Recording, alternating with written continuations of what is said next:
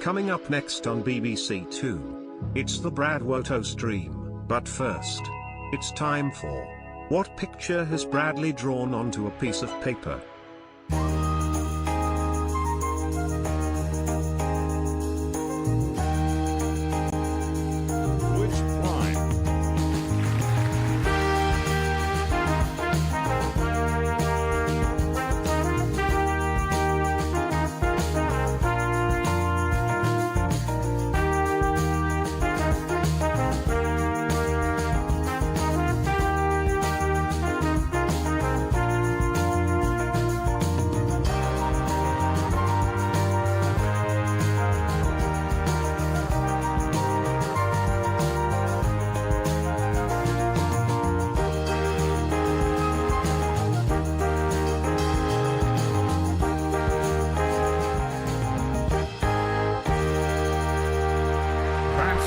Ladies and gentlemen, it is finally time. Time to guess what he am drawing onto a paper today for you. Just then, during the intro, in about 6 minutes.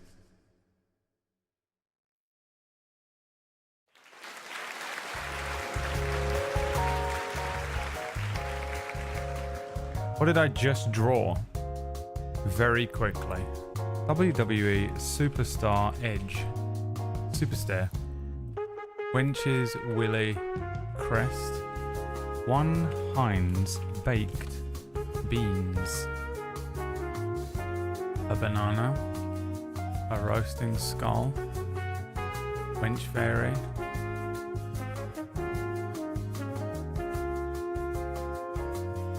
Witcher! Is his name Monkey Luffy? What a ridiculous name.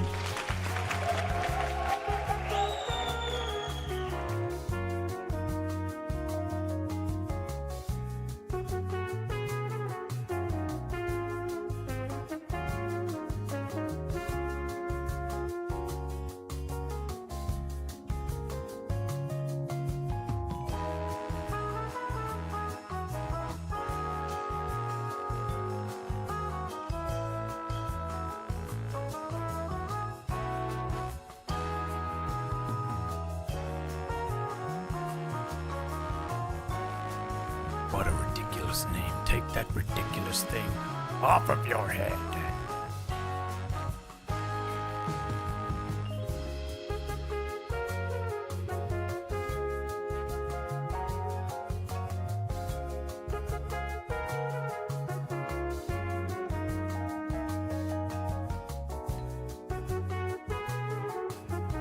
Let's see if you can guess what I drew on a piece of paper today.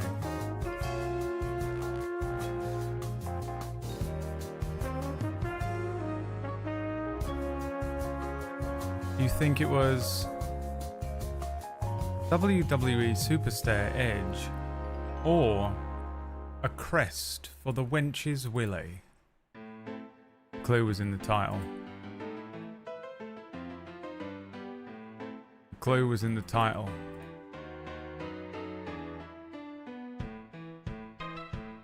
I very quickly drew Zorn or Thorn. I think Thorn?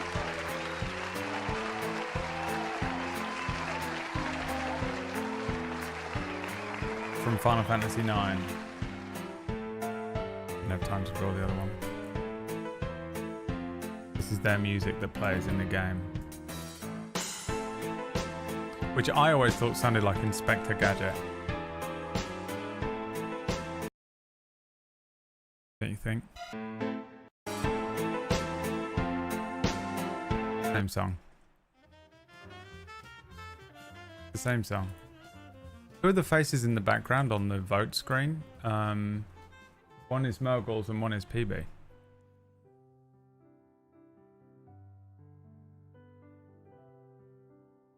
PB on the left with Steve Buscemi's eyes.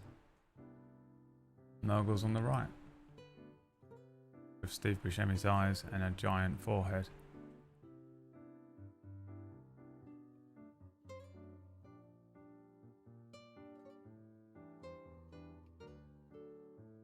Hi everyone, welcome to the stream.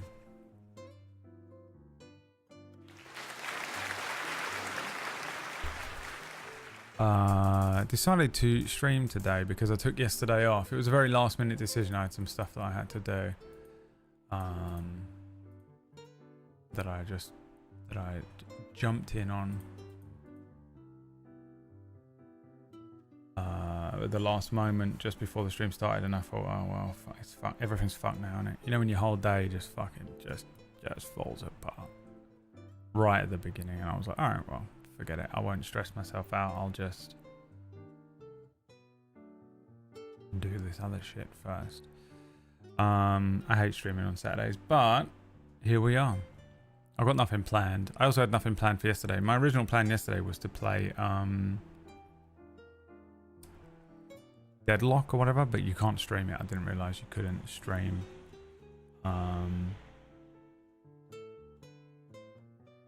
that game. There's I don't know, like an NDA or whatever type thing over it, an embargo of some sort. So I thought today we just fuck around, maybe watch some videos, chat some shit, and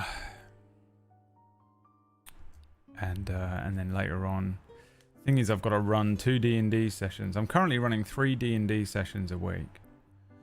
One on a Tuesday called Cura, and to be fair, that one gets all of my attention. I put way more effort into that than the other 2 combined. Don't get me wrong, but it's still 3 sessions.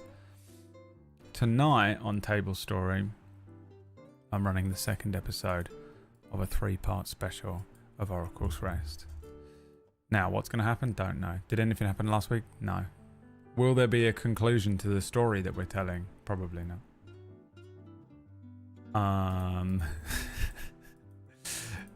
But you get to see 3 episodes. So that's on tonight at 8 p.m. UK time, which is 3 p.m. Eastern. All the Americans are like, why do you run them so early? Because it's fucking 8 p.m. for me. I'm knackered by the time I start it. And then tomorrow we are going to continue with The Legend of Gary. A completely randomized game. Utterly and totally unprepped. Although saying that, tomorrow Gary does have to fight Buna Velza.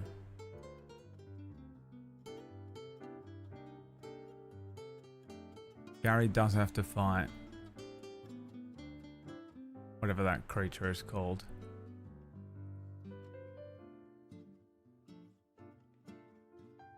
Buna Velza. Molmoth. An ice Bulezau.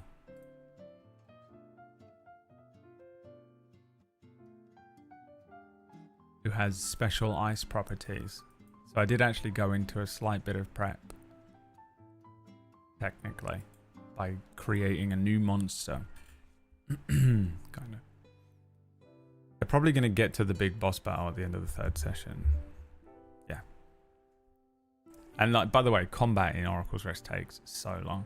I've been trying to think for years how to slimline it. I feel like maybe I should just take away bonus actions. There's so many of them. You get an action. And you can use the things that you would use a bonus action for as an action. But I just feel like it would completely cripple the architecture of the game, right? It's just insane to do. I don't know how to do it. I watched the first episode of Oracles and then re-watched it because couldn't remember how it ended. Still don't remember how it ended. They selected a quest. That was it. That's all they did. No bonus action? Yeah, like you can use your bonus actions, but you get one. You can do one thing on your turn. And that's it. So you'd still have the things that you can do in your bonus action, but there would be an action to use it. But there's no way it would work.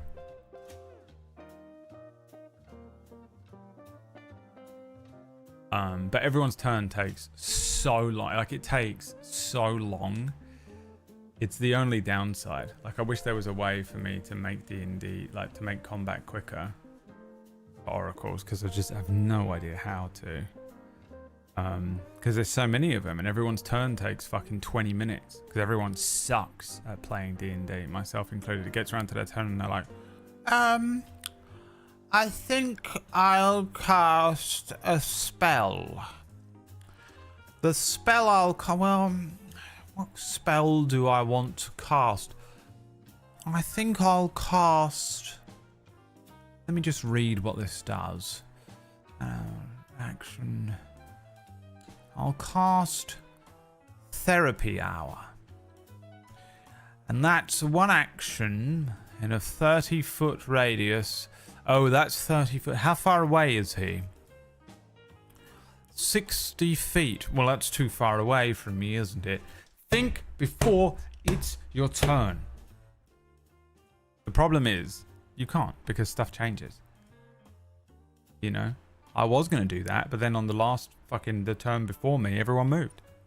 So, that's changed my whole plan. I've got to come up with what else I'm going to do instead.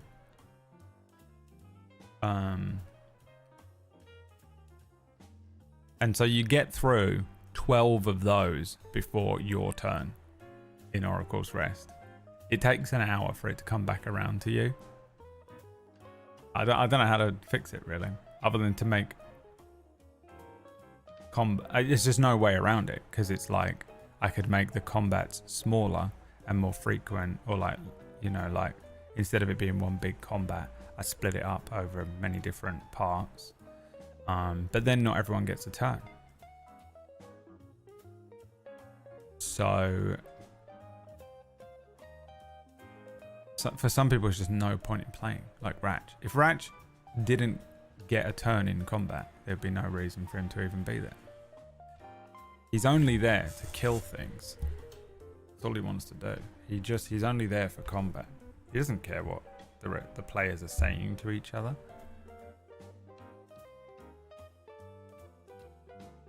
The person who gets to the end of the line at the coffee shop and then starts to think about their order, is everyone playing D&D? Yeah. Add cats. Add microtransactions, yeah. Yeah, I don't know. Lots of players in D&D, how to make combat faster.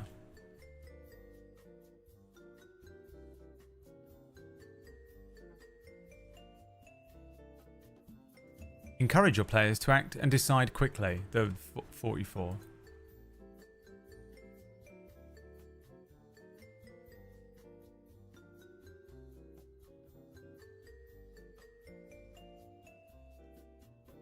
There we go. My tips for speeding up combat with over 300 sessions DMing. I wonder how many I've done. You can probably calculate it. Well, you can't, because you can't calculate any offline stuff I've done, but most of my games have been online. Ditch the grid. Use zones or theatre of the mind for smaller inconsequential fights. That's not going to work. Show initiative order. They've already got that. It doesn't help at all. Also remind players when they're on deck. It's your turn, Sarah, you're up next. I've got enough stuff to do. If you don't know it's your turn, Sarah, you're out of the game. Glass cannon opponents. Don't be afraid to let your monsters die quickly. Yeah, I mean, I don't really... You know, that only works somewhat. Tell players the AC of the monsters. If they hit them... I tell them the AC is 17. Okay. Tell players the dex... Tell players the saving throw DC. Okay, I mean, I don't care about that. Use average dice damage. You don't have to tell players you're doing this. Maybe have it do half damage. Okay, so just no point in playing. Have players roll damage with the attack. If they know the AC, it's faster. I mean, that's true. I should just have them do that. I'm going to do that. Give them the AC so they can just roll the damage if they know. Use a digital dice tool to do the quick maths. Use fewer enemies, but then not everyone gets a turn. Study your monsters before the encounter. Give them a timer. 44 rules of lower monster HP. They're just going to kill them and then not everyone gets a turn. Simplify the monster stat block. I don't generally put stuff in that's too confusing anyway. Cut down on narration. Yeah, Decide monster actions. Encourage players to consider their moves. Know your ACs. None of this is going to help me. I can give them the AC. I think that might be useful, but...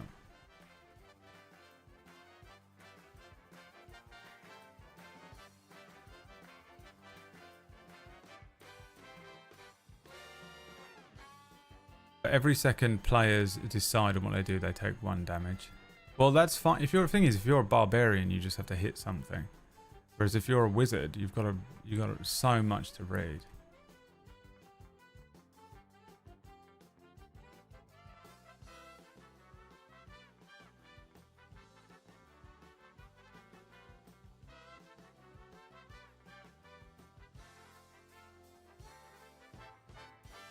Theory of the mind is what my DM does, and it's awful. I'm the annoying player asking how far things are because my mind doesn't have any spatial awareness. This is the problem, yeah. You end up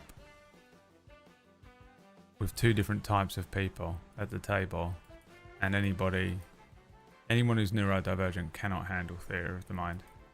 I need to know precisely how far away the enemy is. But also, you're describing so much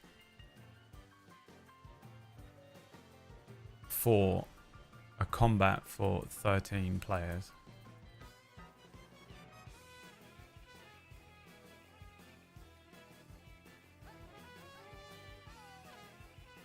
There's no way around it. What's this guy got to say? The Player's Handbook is mostly about the many ways to attack stuff in a fantasy world. So it's obvious why combat can take up This most is what would of happen if me and Noodle combined into one person. your game time. Hey, what's your strength modifier? Oh, what's your spell save DC again? Wait, what does grapple even do? And the classic. I swing my sword and... Okay, carry the... 7. When we all want more game time to explore those fantasy worlds and have fun, sometimes non-violent interactions with their people. So in this video, I'm going to give you 4 tips and tricks for keeping your combat fast and fun. Now roll initiative. More fun together. Hi, Bob here, and welcome Hi, to Bob. Bob World Builder. Hi, Bob. Hit that subscribe button for weekly guides and D&D tips I will not. to make our games more fun I won't do together. that, Bob. And in the spirit of togetherness, we are joined this week... Here's a video for 2 times speed. Rarely do I watch a video on 2 times speed. by Mark and Gonzo from Dungeon Class, another fun-focused D&D channel to share one of their top tips. He's now speaking at normal pace. And I saved one of my best tips for their video, so be sure to check it out after this one, link in the description. So counting down, number 4 for smoother combat is fight to live, instead of fighting to the death. The Player's Handbook states that hit points represent a combination of a creature's durability or stamina, their willpower, and their luck. So while reaching 0 HP doesn't even necessarily mean death, most creatures are going to run away well before their hit points run out. Especially if a player character deals massive damage or starts casting spells, because who knows what else that spellcaster could be capable of. But the best part about fighting to live is it often leads to exciting, dangerous chase scenes that could... Wait a minute. Much better. Exciting, dangerous chase scenes that could attract the attention of even more dangerous creatures. However, fight and flight aren't the only options. When that bandit throws their weapon aside and surrenders, your PCs have to make an important decision about what to do with this guy. Do they let him go? Do they tie him up and leave him? Do they derail their entire quest to drop him off at the nearest town guard, or just take the easy and evil way out? Surrendering, running away, and seeking help are all more interesting options than slowly whittling away at hit points. But what if I told you a zombie doesn't have to have all 22 of those hit points? That's right. Tip number 3 is tweak the numbers. The numbers in a stat block A zombie does have to have all 22 of those hit points because a zombie comes back represent to the life normal after you statistics for a kill it. creature. You can change them however you want, and if you want to keep your combat fast and fun, try lowering enemy HP and AC, or increasing I used to know a attack. DM that would just... He wouldn't tell his players that he did this, but he would just decide when they'd won himself. So you'd all be coming up with stuff to do and like killing stuff, and then when he felt like the creature was dead, he would just tell you it was dead. No. Dropping total HP makes combat faster, whether or not you're could fighting never to the do death, that. and you can even create super low HP minions that go down in one hit. For I've fluffed a couple things here and there where I'm like, oh, they're going to kill it, and I'm bored. This is just boring. I'm not going through another 4 turns for them to kill it. And I go, yeah, you kill it. How? Every now and then, but Very rarely. cinematic combat. Plus, changing AC and attack bonuses means fewer misses and more hits. DMs, players, nobody likes to miss during combat, and sure, you can still describe every miss as a glancing blow, but unless you're rolling damage, that combat does not progress on that turn. Tweaking the numbers can also be a fun world-building exercise by making you consider Sure, tweak why the numbers, is yeah. transitions. Oh, wait, that's the tip in Dungeon Classes video. So instead, here's Mark and Gonzo to share a surprising tip for speeding up your game, appointing an assistant dungeon master. I've got that. It's Thanks, called Bob. ChatGPT. Another way that you can make combat faster in Dungeons & Dragons is to use someone what we call an assistant dungeon master. Mark, we both know that there's people that sometimes don't always want to play the game. They may be not interested. I try this, and I'd like you to tune into every episode of Cura where I go, hey, Orcish, hey, Maya, can you figure this out? And they go, yeah, we'll do it. And then they don't, and I have to do it anyway. Next. Is that it? Just Be like prepared. All right, no one's got any good advice for me here. There is no way. What we've learned is you can't speed up combat. You have to accept that it is gruelingly slow. It cannot be done. And if anything, here's what I'm gonna do. I'm gonna make it longer. I'm gonna figure out how to make the combat even longer. Tune into Oracle's Rest, where there may or may not be any combat. They don't do anything. There are 20 players. It's just a ridiculous amount of players. It's so stupid. This is what happens when you're a people pleaser and you can't say no, and people are like, can I play on your D&D campaign, players? And you're like, no, you can't. I'd love to have you in the game. Yeah, we play on Saturdays. Make a character. Can I play? No, you can't. Yeah, sure. You wouldn't have this problem if you were playing Minecraft. You wouldn't steal your nan. You wouldn't download a D&D party. Everyone can take double the amount of actions during a combat turn. Everyone is hasted. Play Minecraft. You don't need to ask me twice. I'm installing it right now. Installed. We're playing Minecraft tonight.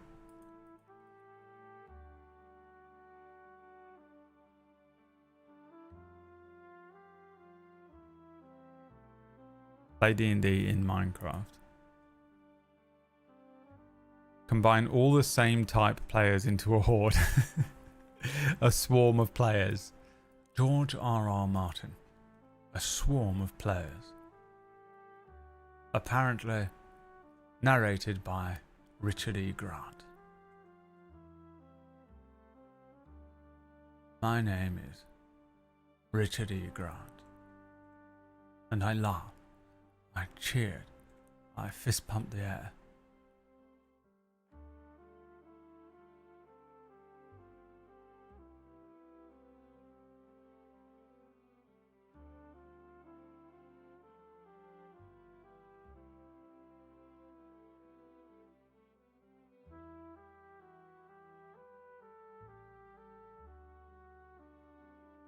Shit, I could do.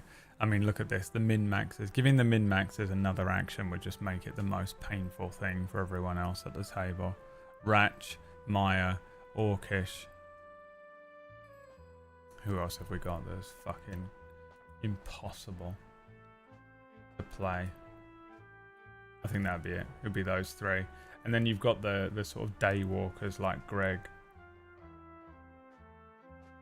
and Whack. And me. That's what I am. I'm what I would call a day walker. Every now and then I'm like, but what if I did do 54 damage on this turn? But what if I did try? I did it with Tithe there. Every now and then I'd be like, but what if I saw what Ty was capable of? Just for my own curiosity. Holy shit. He does what? How much damage? And Cord would be like, okay. You've destroyed my beloved NPC.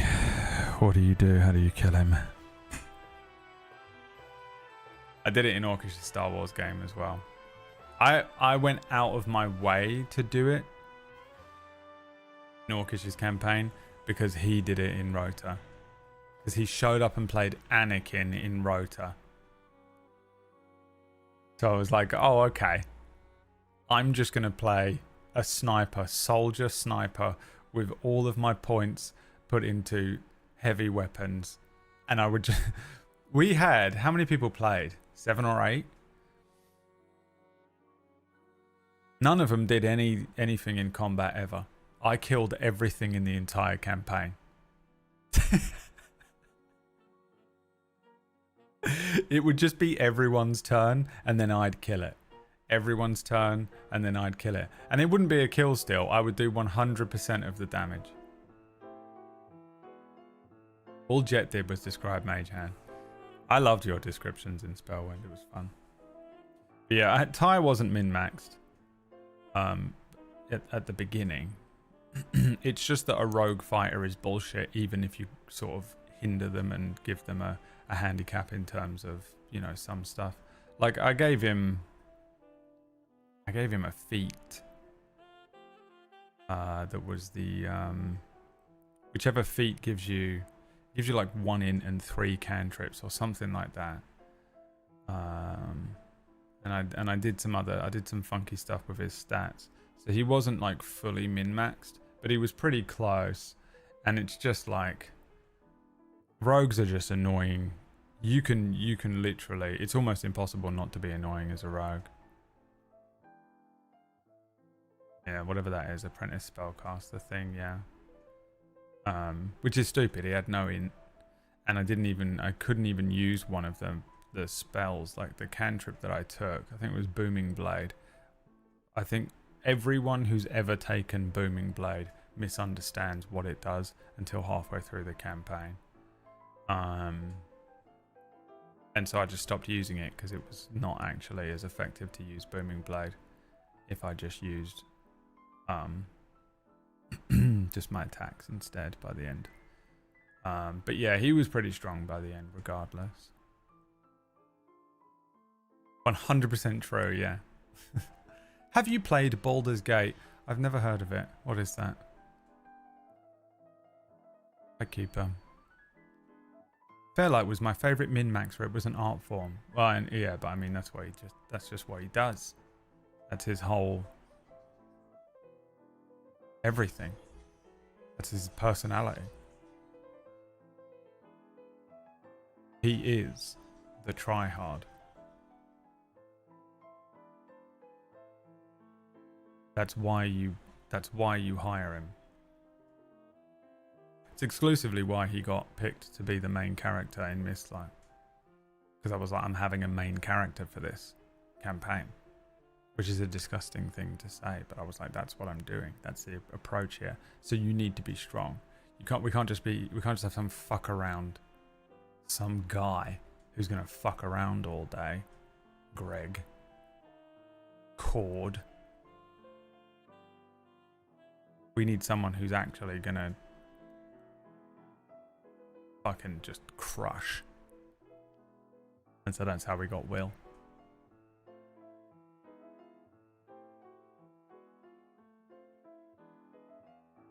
Green Flame Blade. But even that wouldn't have been as effective with TIE fighter rogue shit. What's this? On the moon, I am 100 standing there on the moon, opening my bag, and I pull out a jar of mayo, and I want to throw the jar of mayo at the other ship. Okay. Stella's a bit of a chaos animal. I mean, she brought so much chaos into the last thing.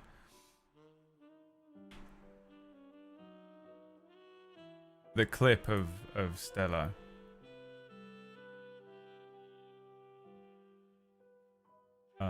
That Mathis picked up from Table Story. I wonder if I can quickly find it.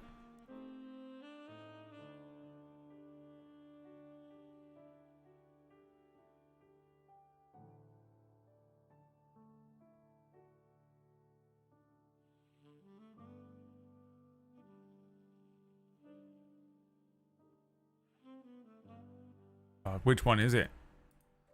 It's one of these Mathis ones. Might give it just a little lick. Just a little one. Yeah, okay, I guess. Make me a I approve. charisma check. Are you trying to get sick? Hope I'll I allow get it. a 20 here. Oh shit! The building responds to your desires. You can tell. I never know what to do in those situations, so I'm just like, you think, I guess. I just say the building responds to your desires.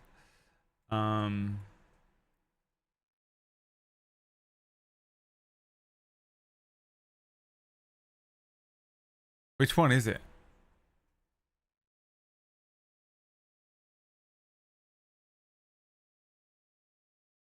This one. Is it this one? What is it? What does it look like? I asked her what the What's the Jack Stone looks like. Rating of this stream. I'd be surprised if Whack lets us keep the VOD. I'll be honest. It's a flexible Stop! Read. Stop! If you guys go to Bad Dragon, It's a bad dragon. Is it pink and wireless? As long as we're accommodating the visual learners. I can't believe it took people an hour to tell me that some people were doubled up on audio, by the way. Hey, viewers. Why do you guys have to come in here and say the most annoying shit all day, but you don't just say, hey, by the way, why is it doubled? Why is the audio doubled? Guys, how did it take you an hour to tell me that some of the audio was doubled? Guys, come on.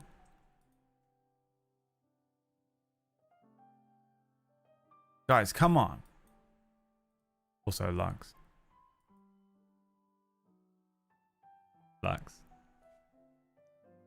Do you feel good inside? Is it just me or Sleth, 2-year streak. What's up, my friend?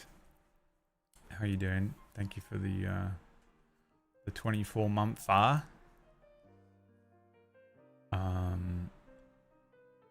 Hi Theory. What did I draw today? I drew hold on, I've got to do it again. It must be done.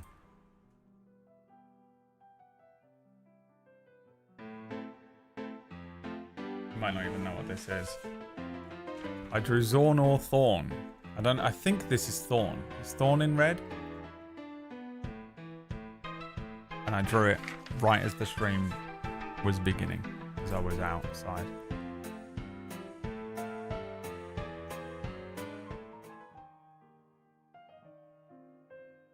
These fucking people, Lux. These fucking people, man, that come in here. Hi, can I just promote some shit? No? Okay, bye. And then they get upset. Get them out of my sight, Lux. Every single one of them. You know who Lux is? Sir Gregor. And I'm Cersei.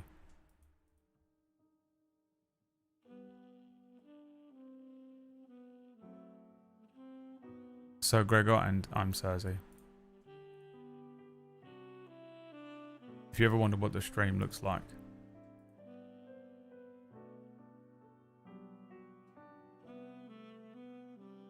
It's this. You wish you were Cersei. Alright. Patch face or whatever the fuck. We decided you were.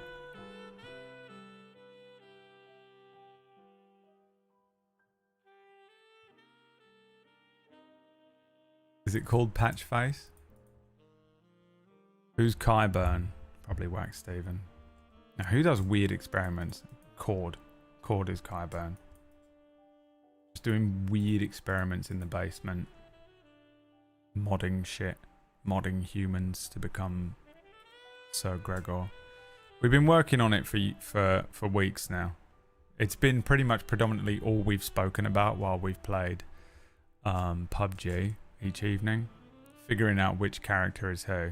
Who is PB? It's still up for debate. I'm sort of on team she's the red woman, Lady Melisandre. Weird sort of cult leading but has magic abilities. You know?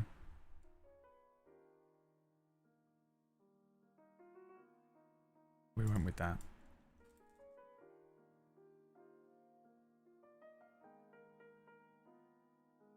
But we're still, it's still, that one's still in open. That one hasn't been locked in, I would say. That one hasn't been locked in. Not like Patch Face or whatever. What was the other one that we said that you were, Leah? Just some little fucking psychotic violent thing. Is what Leah is. Borderline feral. She's just one of the dragons, is what Leah is. She's Viserion. Tyrion? Nah, you ain't Tyrion. You're too good at FPS games. I'm Jon Snow, King of the North. You're a disgrace. You could not be further away from the main character of that entire series. Tyrion did kill his dad with a crossbow, that's true. Am I Tyrion? No, I think they came up. I'm the Hound. Was what we decided on for me. Just an absolute prick who's just roasting and shit talking everyone all day, and then you find out that he was extremely traumatized, and actually you kind of warmed to him in the end.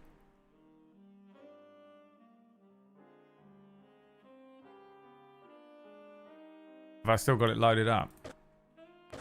Ariel?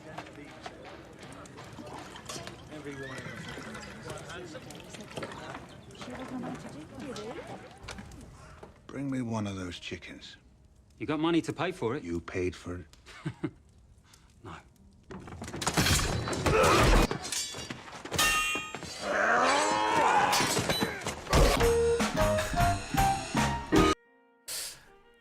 My tavern, that was my tavern simulator intro.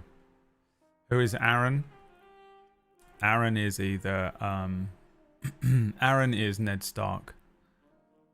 Lovable, honorable, but ultimately just gets fucked over. But has a military background. Dave is Princess Shireen Baratheon.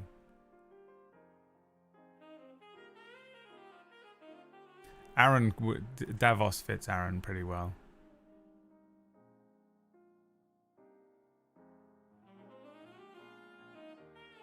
Only cunts title their streams. Give me one of them chickens. Orcish is Hodor. Who's that kid that nobody liked? Maya. Oh, in the show? Dunno. Could be anyone.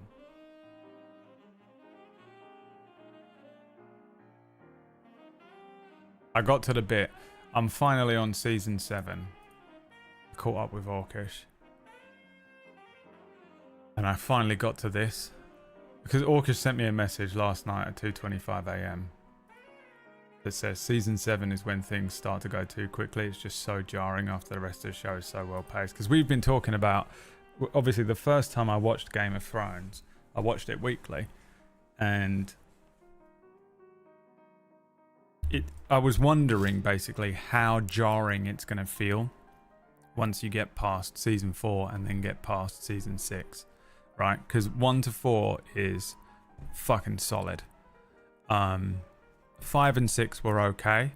7 is bad. 8 is one of the worst travesties to ever happen to any TV show or any series or whatever. And I wondered how much worse and how much more noticeable it would be when you watch the whole thing in one go rather than watching it over the course of like 8 years. You get 10 hours a year. And I've already noticed it. Season 7 was mental. And it starts straight away. I sent because I'm a couple of episodes in, you can tell that they were bored as shit. Like, people... A lot of people blame those two guys, David was his name? Weiss, DB Benioff. Those two blokes. They call them D&D, don't they? They blame them going and making a Star Wars show. But really, everyone was tired. Literally, Kit Harington did an interview like this week where he was just like, everyone was tired. And I get it. They were fatigued. They just wanted to move on. They'd been doing it by that time. If you include pre-production and stuff, these shows were in production for a couple of years before they air the first season. So yeah, the first season came out in 2011, but they were prepping this thing a year before, 2 years before, probably. You know, they were writing it, they were casting people and setting it in motion and financing it and things. So they were working on it for 10 years in total. Everyone is tired. For us, we only get 10 hours of it a year. You know? So we were still well in. But for them, they'd been working on this thing. They'd all been in this show for 10 years. And when you just can't be fucked anymore, it's the worst feeling. I've done it with table story shows where I'm like, I hate this. I don't want to do this anymore. I'm tired of running this show. How long was Seinfeld? I don't know or care. It has no bearing on what I'm saying. And I think they just they couldn't be bothered anymore. I bet if they could, they'd go back and try a little harder just because of how much they fucked it up. And but they all thought they were all going to go off and be the biggest stars in the world and they'd be running the next fucking wave of Marvel movies and shit. And none of them have done shit. We were talking about it the other day. Who's come out of that with a career? Really? Who have you seen in anything? I've seen them in one or two things here and there. The girl that played Miss Ann Days in a couple of Fast and Furious movies. Kit Harington was a bit part in a couple of movies. The only person to come out of it that we could think of was Pedro Pascal. And he's only in one season. And so I just think everyone was just tired and fatigued. And I get it. I've literally done it before.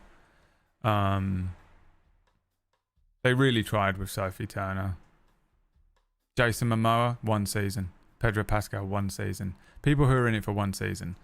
I'm talking about people who are in it for the whole thing. None of them. Emilia Clarke's been in a couple of things. You know, no one's in nothing. They're in nothing. I bet they could, if they could go back, they would have tried a bit harder. But I mean, everyone dropped the ball in that last season. Everyone. And I think they were all knackered. And I've literally, I 100% would have been one of those people as well. If I was Kit Harington, I would have felt the same way. It's just exhausting. And everyone loves it. And you're just like, you just fucking hate it. And you want to be done with it. You're sick of fucking doing this show. You're sick of interviews, of the same fucking interview every week. You're sick of the same fucking thing. You've been doing it for 10 years. You just want a new job. You want to work on something else. And I think they were all like that by the end of it, and that's all that happened. And you can tell, dude. I got into season 7, and I remember the best scene in season 7. You might try and think, like, what happens in season 7? Was that the season where they blow up the Sept? Was that the season with the Battle of the Bastards or whatever? Doesn't matter, because straight up the best scene in that whole thing was, you know what? I'm just gonna find it. How much trouble could I truly get into?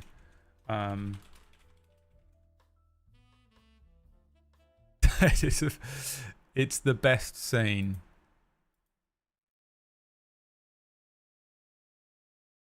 In the whole thing. This one. You stand in the presence of Daenerys Stormborn of House Targaryen, rightful heir to the Iron Throne, rightful queen of the Andals and the First Men, protector of the Seven Kingdoms, the mother of dragons, the Khaleesi of the Great Grass Sea, the Unburnt, the breaker of chains.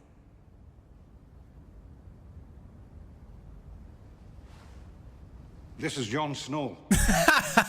Dude. Everything about it is so good. The way that Davos, watch his face. The way he does the double take. This is Jon Snow. It's the best scene in the whole season. It's so good. That's better than the whole Battle of the Bastards for me from the previous season. Dude. The best scene in the show. Dude, they nailed that one. It's a fucking Marvel scene. It's so stupid, but that's hilarious. Perfect. Yeah, they fucking smashed that one. Ed Sheeran is the worst, dude. That's in the first episode as well, I think, of this 7th season. It's just the most jarring thing to just see Ed Sheeran sat there. You know? They just roll up. You just imagine having fucking Jamie Lannister walk into a room and Nicki Minaj is just sat in the corner. It's so jarring and confusing. It's like that fucking scene in She-Hulk. It just takes you right out of it because all you can see is Ed Sheeran sat there. You can't think about anything else going on. You're just thinking about the fact that Ed Sheeran's just sat there. And then also the whole scene is like just a bunch. It's a shit scene because it's just Arya sat around with a bunch of like just lads from the Lannister army being human, and they were going for the whole that story of World War II where all the blokes played football. The British and the Germans played a game of football and they realised they were just people.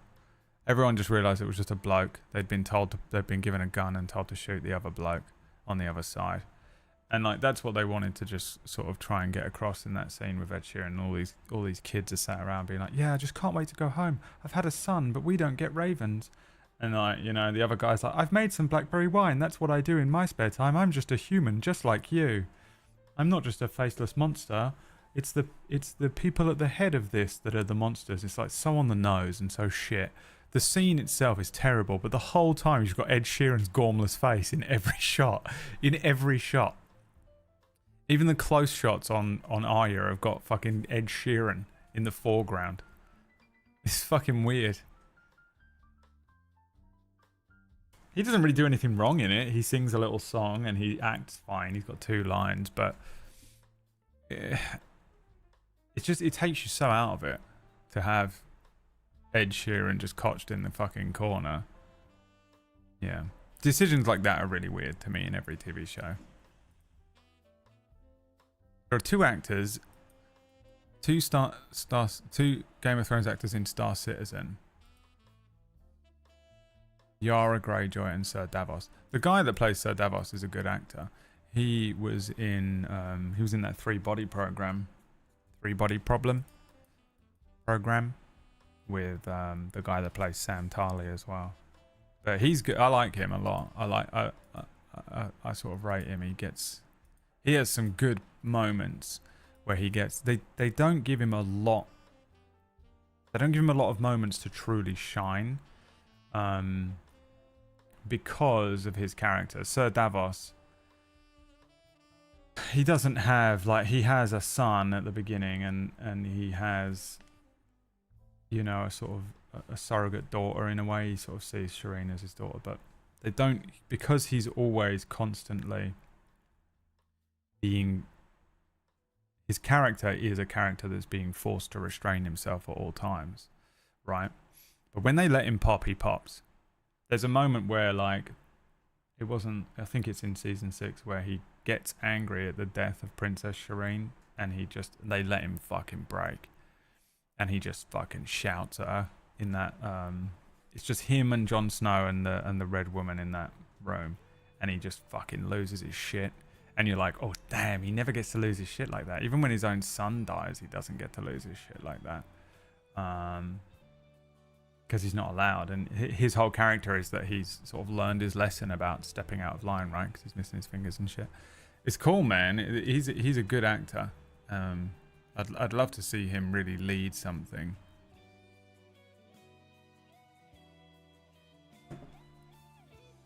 Jack Black and Lizzo in Mando. There's a lot of cameos in Mandalorian though. It's just that the Jack Black and Lizzo one was just weirdly egregious because it was like a scene from Alice in Wonderland or something. It just didn't feel very Star Warsy, that episode. I just don't think it was a very good episode overall. But they have like Bill Burr and stuff showing up in Mando. I kind of got over the cameos pretty early on in that. There's quite a few of them. I heard in Giancarlo Esposito was originally meant to just be a guy selling chicken and got them to bring him back for more, just played the character like they had a secret. Is that true? That doesn't seem... it's possible, but Breaking Bad is too well written to be just fucking throwing stuff in. Is that real? They just had him come back, and I suppose you could if you between seasons fold. I can't really remember when he shows up and stuff. But yeah, I guess you could just fold in the bad guy and have him play it.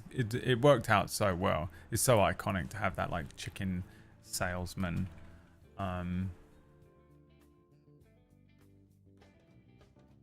Fucking show up. What do I even Google? I give up. I give up. The most me that gelled the most for me, a sentence, was Sasha Banks in Mandalorian. Yeah, I didn't really know who she was because I don't follow any wrestling anymore. The only time I ever watched wrestling was when I was younger, and my twin brother / cousin, yes, we're Lannisters, yes, we're Targaryen, would make me watch it, but I didn't really know who she was, but yeah, she plays she's like a Death Watch or whatever, isn't she? Any recent shows you have been hooked on? No, I just watched the things that everyone was watching. The last two things I watched that were coming out weekly were House of the Dragon and The Acolyte. Once House of the Dragon ended, I didn't really know what to watch, and it's why I started watching Game of Thrones again, because I was so unwell. I still am, but I'm incredibly well medicated right now, so I can kind of function. But I needed shit to watch. I've been watching Critical Role, but you know, I needed something else to watch, so I started watching Game of Thrones again. I've burned through it pretty quickly. Did you ever watch Westworld? Yeah, I think Westworld season 1 is almost a perfect season of a show. If you just watch season 1 and isolate it away from the rest of it, even though I think there are good parts in the other seasons with decreasing frequency over the course of the view. I heard that they're doing a movie, by the way, like it's coming back, which is strange. But if you watch Westworld season 1, I think it's pretty close to a perfect season. It's unreal. It's just everything about it. You'd name it. In my opinion, I think it's pretty close to perfect. The writing, the music, the presentation, the pacing, just everything. It's fucking so great. But it starts to fall apart pretty quickly. I still enjoyed watching it. I'll watch anything with Evan Rachel Wood in it, just because I'm absolutely fully in love with her as well. But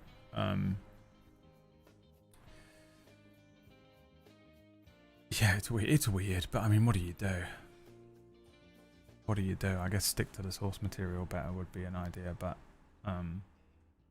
yeah, they sort of tried. I love the concept of Westworld, but and the fact that they have all the other worlds, don't they? Shogun World and all that stuff, and they all start to like blend together, and it gets out of hand and overruns. It's fun, but I don't know. I don't know how I would fix it. You know, that's the other thing with Westworld. Sometimes I think about it and I don't know how I would go back and fix it. There are obvious ways that you can go back and fix anything, but it's just, it makes sense. Everything that happened in Westworld and the way they went with it all kind of makes sense. It's just, I guess the execution was just bad.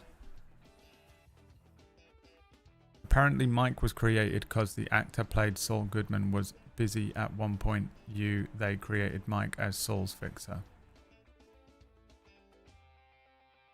Damn. Breaking Bad was pretty heavily improvised. Yeah, that's maybe that's what makes it so good. You'd think that something that's so succinct, that is such a good story. Breaking Bad is fantastic. I watch Breaking Bad. I don't watch a lot of stuff twice, he says, after watching Game of Thrones again this week, but I very rarely watch things twice. But Breaking Bad is like Lost for me, in that it's literally better on the second watch, because you can watch how they're writing everything, and you can watch the color theory, and the most fun thing about Breaking Bad for me is just watching nothing, catalyst, reaction, nothing, catalyst, reaction, nothing, catalyst, reaction, in every scene, in every piece of the writing. They will have someone who's nothing is happening to them, then they have a catalyst, you get cancer, the reaction, become a mob boss. And you can watch it in every element of it. I feel like that's all they did. They just made sure that everything in the writing was represented by that chemistry cycle. It's incredible. And they always have, they will cut to a fucking red, an image of something red, and then 2 scenes later someone dies. You know? It's just stuff like that, like really fun color theory stuff. It's a really fucking good show. And I really enjoyed it on my second watch through because of that. Just watching it and really sort of analyzing it. And I love those character-driven shows. But it's surprising that so much of it is improvised. But then again, look at D&D. This is what I say about when you're watching like a really good D&D show, or you're watching a really good DM or a really good cast of player characters. None of them have got a script. None of them are prepared for what's going to happen, including the DM, because you're rolling dice and these random elements happen. Just a completely random thing is now being flung into the writing process that is creating an outcome that nobody could have predicted, and you can't even subconsciously write in. Because sometimes I'll be writing something and I'll think it's super original, but I'm actually just working off of a subconscious trope that I've picked up after watching so many movies and TV shows and stuff.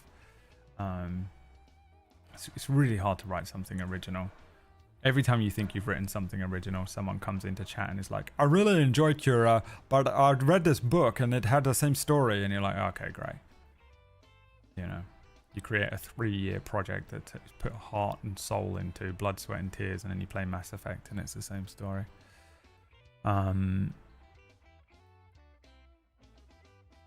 Yeah, it's hard to do, but then, you know, you watch a lot of these. I've run a lot of shows, I've watched a lot of shows, and it's incredible to see how you will get a perfect story at the end of it, with character arcs and story arcs and just amazing twists and turns. And it was all improvised for the most part, and it was all, you know, randomized by dice, so it can happen. I'm tempted to watch House of the Dragon, but I don't know if I'm ready to be so disappointed after Game of Thrones finale. I think that's completely fair. I think that's how everyone felt. But I think they're like, I would say House of the Dragon is made up for season 8 so far. It's made up for it. You won't even, it doesn't matter. If you enjoyed most of Game of Thrones, I definitely think House of the Dragon is worth watching, for sure. Do you think the Matrix concept was original? No. The Matrix is just an allegory for Jesus. It's the same story that's in everything ever. Is Lost better on the second watch? Lost is way better on the second watch because you can just Google everything.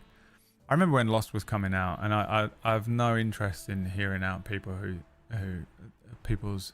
I don't want to start a flame war, because if you mention Lost, every fucking asshole on the planet has got an opinion about it. And I know that I'm just saying that as I'm giving my opinion, but my name's on the stream, so I'm allowed.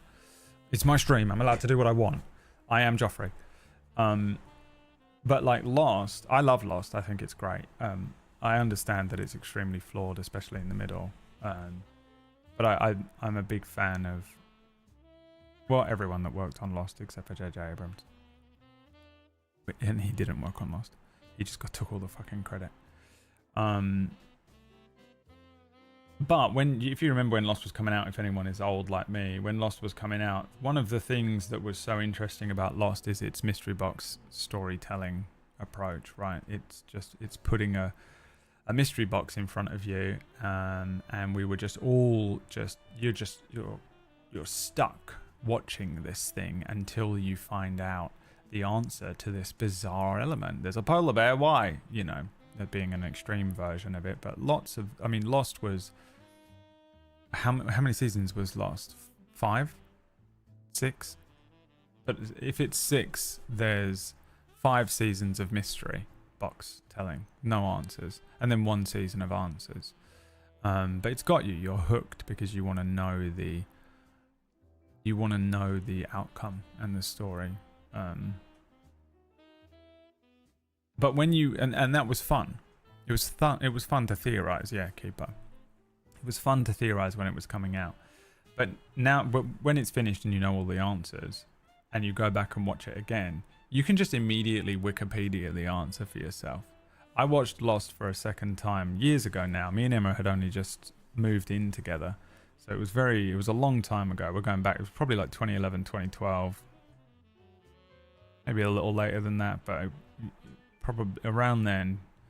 And because I remember watching it with Emma in our first apartment, and she was watching it for the first time, just enjoying it. And every time something came up, and I was like, oh yeah, what was the smoke monster all about? I would just Google it on my phone. And I would just sit there and read about all of the stuff. Like, there was a lot of interesting stuff as well, like how they made the noise for that monster and stuff. So you get, not just the answer, but also just I was like learning about the way that they made the show and stuff. And it was a really fun watch to just immediately be able to pull the answer on a show like that, where they're presenting so many of these little mystery boxes along the way, and then just be like, bam, what's the answer for that? Oh yeah. And then a lot of it does make sense and pays off, and you recognize that they actually were putting a lot more effort into the writing than I think some people give them credit for.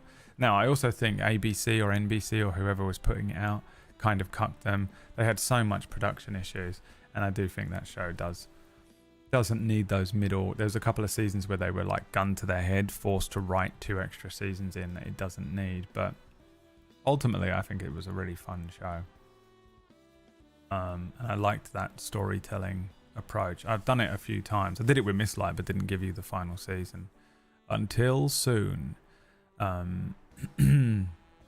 yeah, it got obliterated by a lot of things like writer strikes and stuff. But but for me, and it, just to the point of the question, I enjoyed my second watch of Lost and actually found it more fun to watch on a second watch because I was just wikiing everything that came up.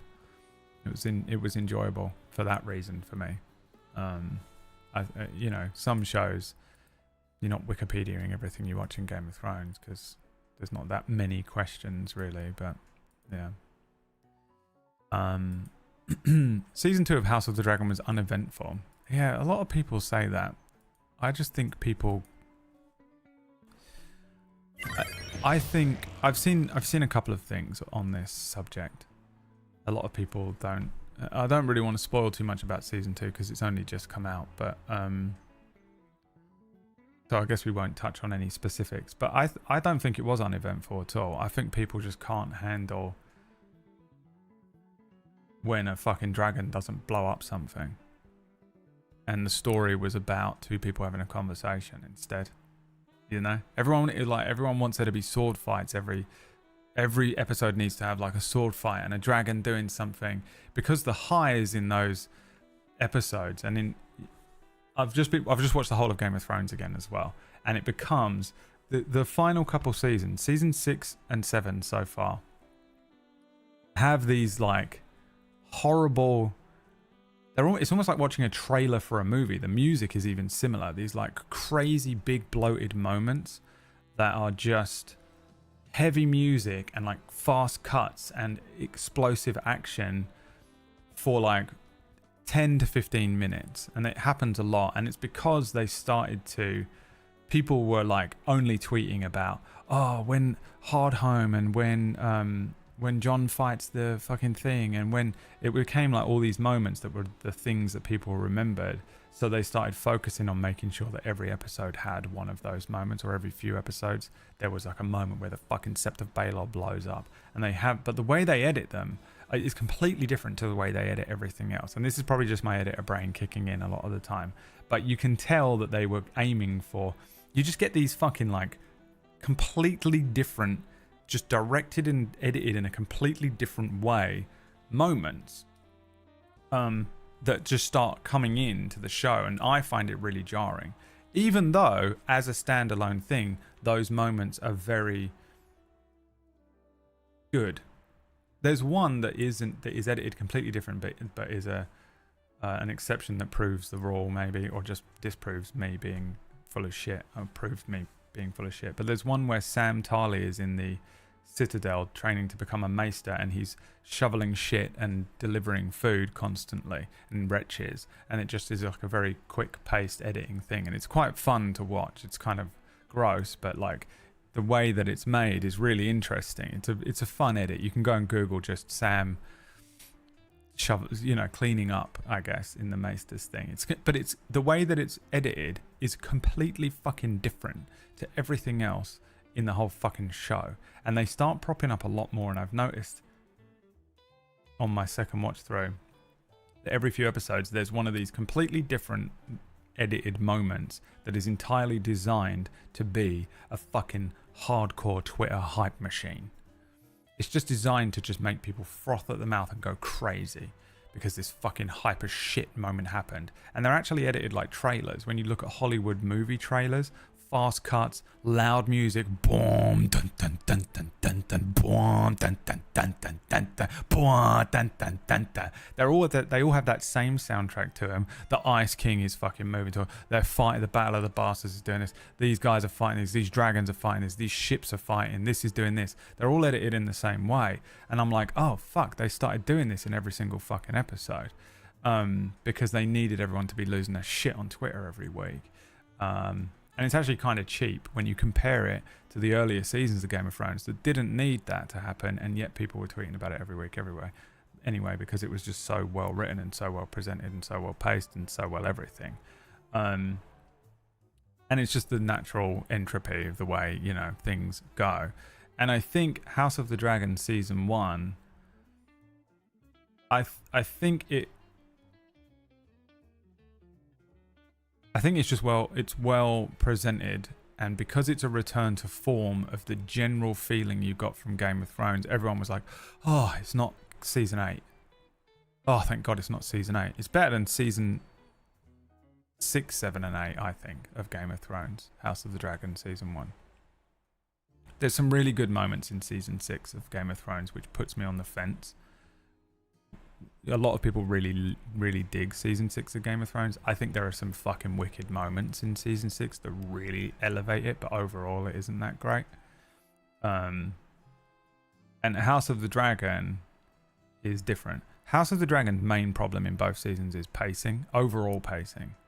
But I also saw this theory, and I didn't even think of this until this guy pointed it out, and I don't know if he probably just stole it from somewhere, but he was saying that House of the Dragon has this problem in that they don't pair up people. Everyone's very samey because it's only concentrating on like 2 or 3 houses. So you've got all these Targaryens and some High Towers and a couple of other people, but you're not really jumping around the world as much. So you don't have a lot of other people. There's like no Starks. There are no Freys. You're not spending much time in Essos and seeing all these Dothraki and stuff.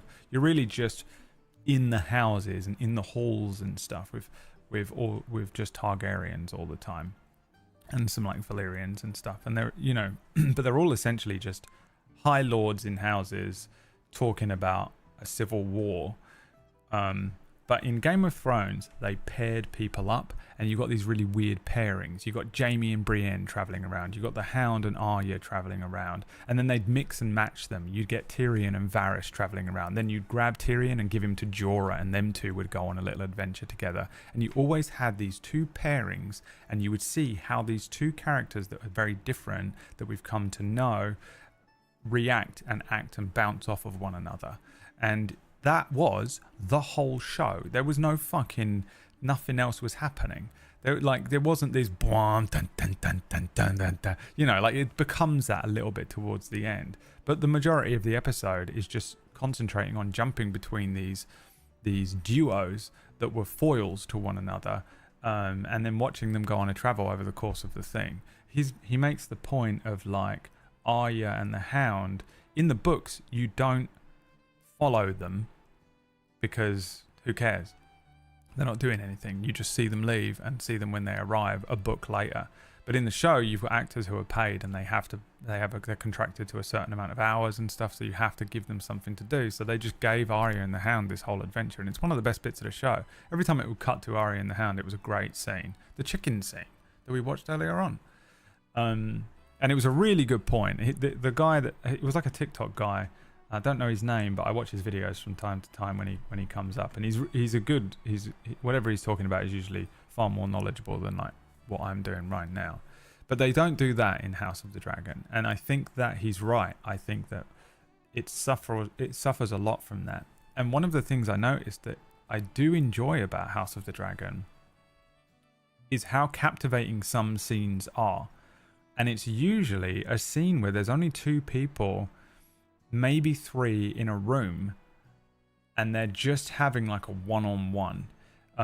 The scene with Rhaenyra and Alicent, there are lots of them, but there was one towards the end of season 2 where they're just, I found it to be a really, you're like really interested and really grabbed, and some of it is to do with the acting and some of it is just you're waiting to see the outcome and stuff. But there are these moments where they have these really captivating scenes where they don't really always, there isn't always something happening exactly. It isn't like a dragon fight or something, but they have a lot of captivating scenes in there. And I have subtitles up. I can't watch things without subtitles because I can't hear it, but I also get the added benefit of when you have subtitles on the screen, you're really reading the writing as well.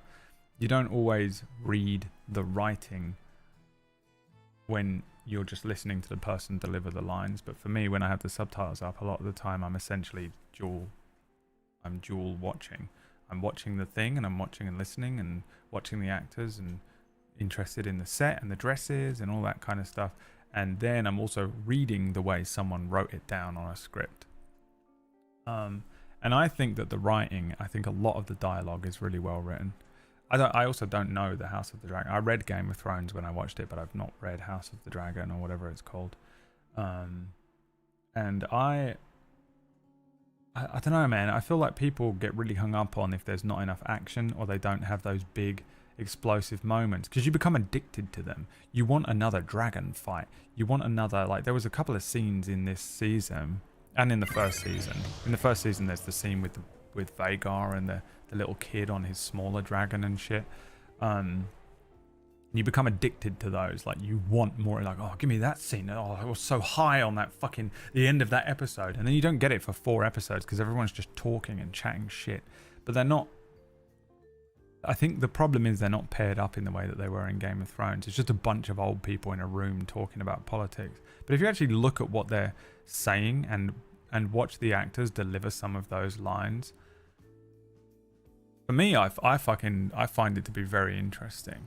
I love the sets. I love the fucking outfits, dude. Whoever is dressing these people is a genius. Some of the shit, the way they do her hair so it looks like a fucking the back of a dragon. You get these shots of the back of their fucking, they like braid her hair into these long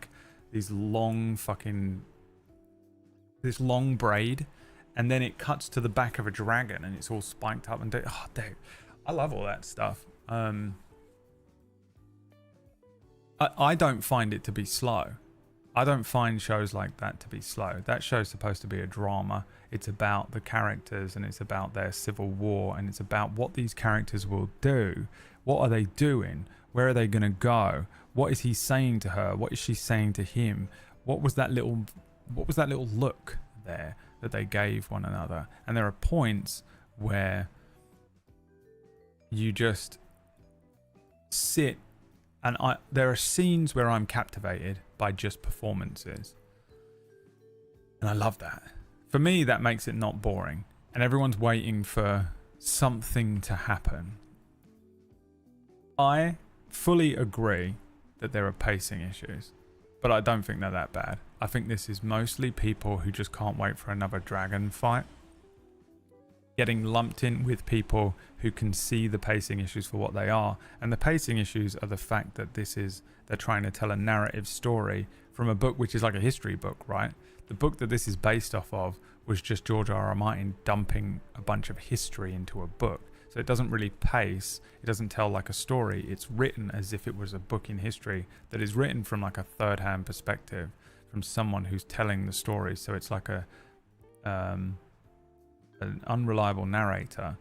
And then the House of the Dragon is not told that way, so they have to pace it like a TV show. So now they've got to take this kind of like history book and turn it into a narrative that has all these story arcs that happen in 4 seasons, I think they're doing of it. So they have to split this thing up into 4 seasons that have beginnings and ends with whole story arcs and character arcs and moments and highs and lows and things like that. So it's a really tough job for them to pace, which is why you end up with the end of season 2. Like the last episode is just a trailer for season 3.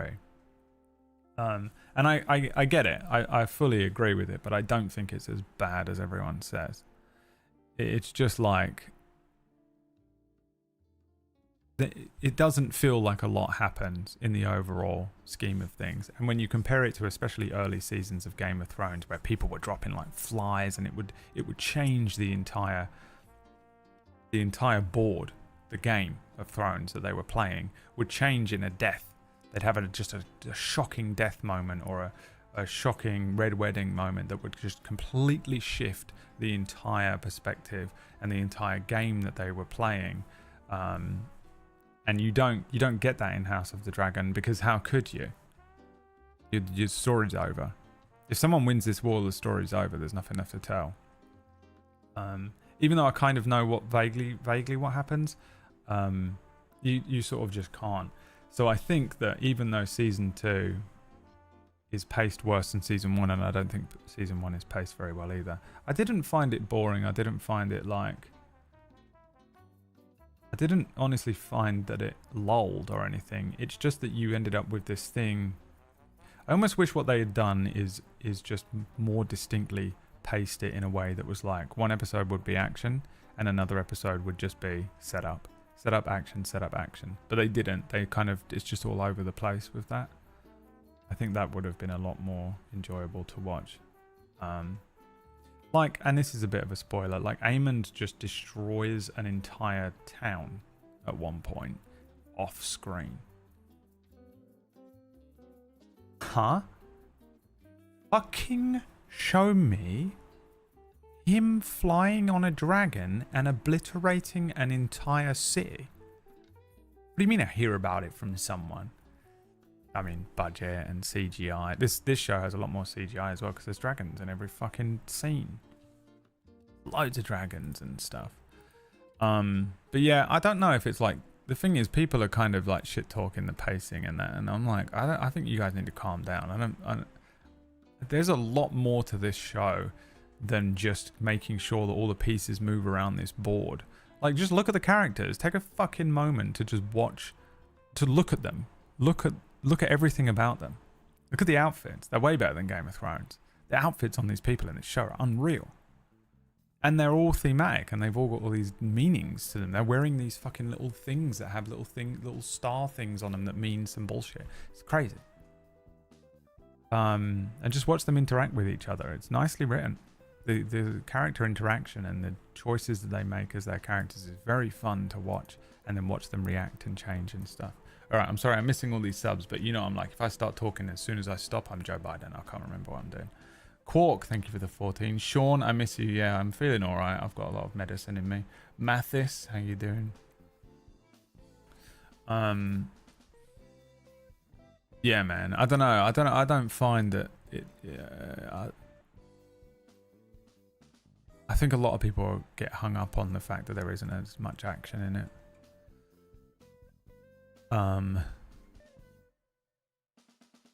I miss seeing the behind the scenes manipulation by Littlefinger and the spider and stuff. Yeah. It's annoying that Larys just does waltz into a thing and talks about stuff. I think we do need to see more about how he's working. There's a lot of like... I like the idea that he can turn into a rat. They always show a rat and then he has done something. And I'm like, is he the rat? Is he warging? What is this? What can House Strong do? Are they old blood? Do they have that ability? What's going on? Why is there always rats? And then him? Is it just a metaphor to just how rats are in and it's corrupt, or is he actually the rat? Why is there always a rat and then he's done something? What is it? No, I fully agree, and I think that they've missed where Game of Thrones. They've improved on Game of Thrones in some ways. I think they've improved on Game of Thrones, especially the ending. But like, if you look at the outfits and the sets and stuff, it's beautiful. It's really well done for a TV show. They've got a nice budget, but it's still they've got a budget, but they've got time constraints, and it's hard to do that kind of medieval, set piece.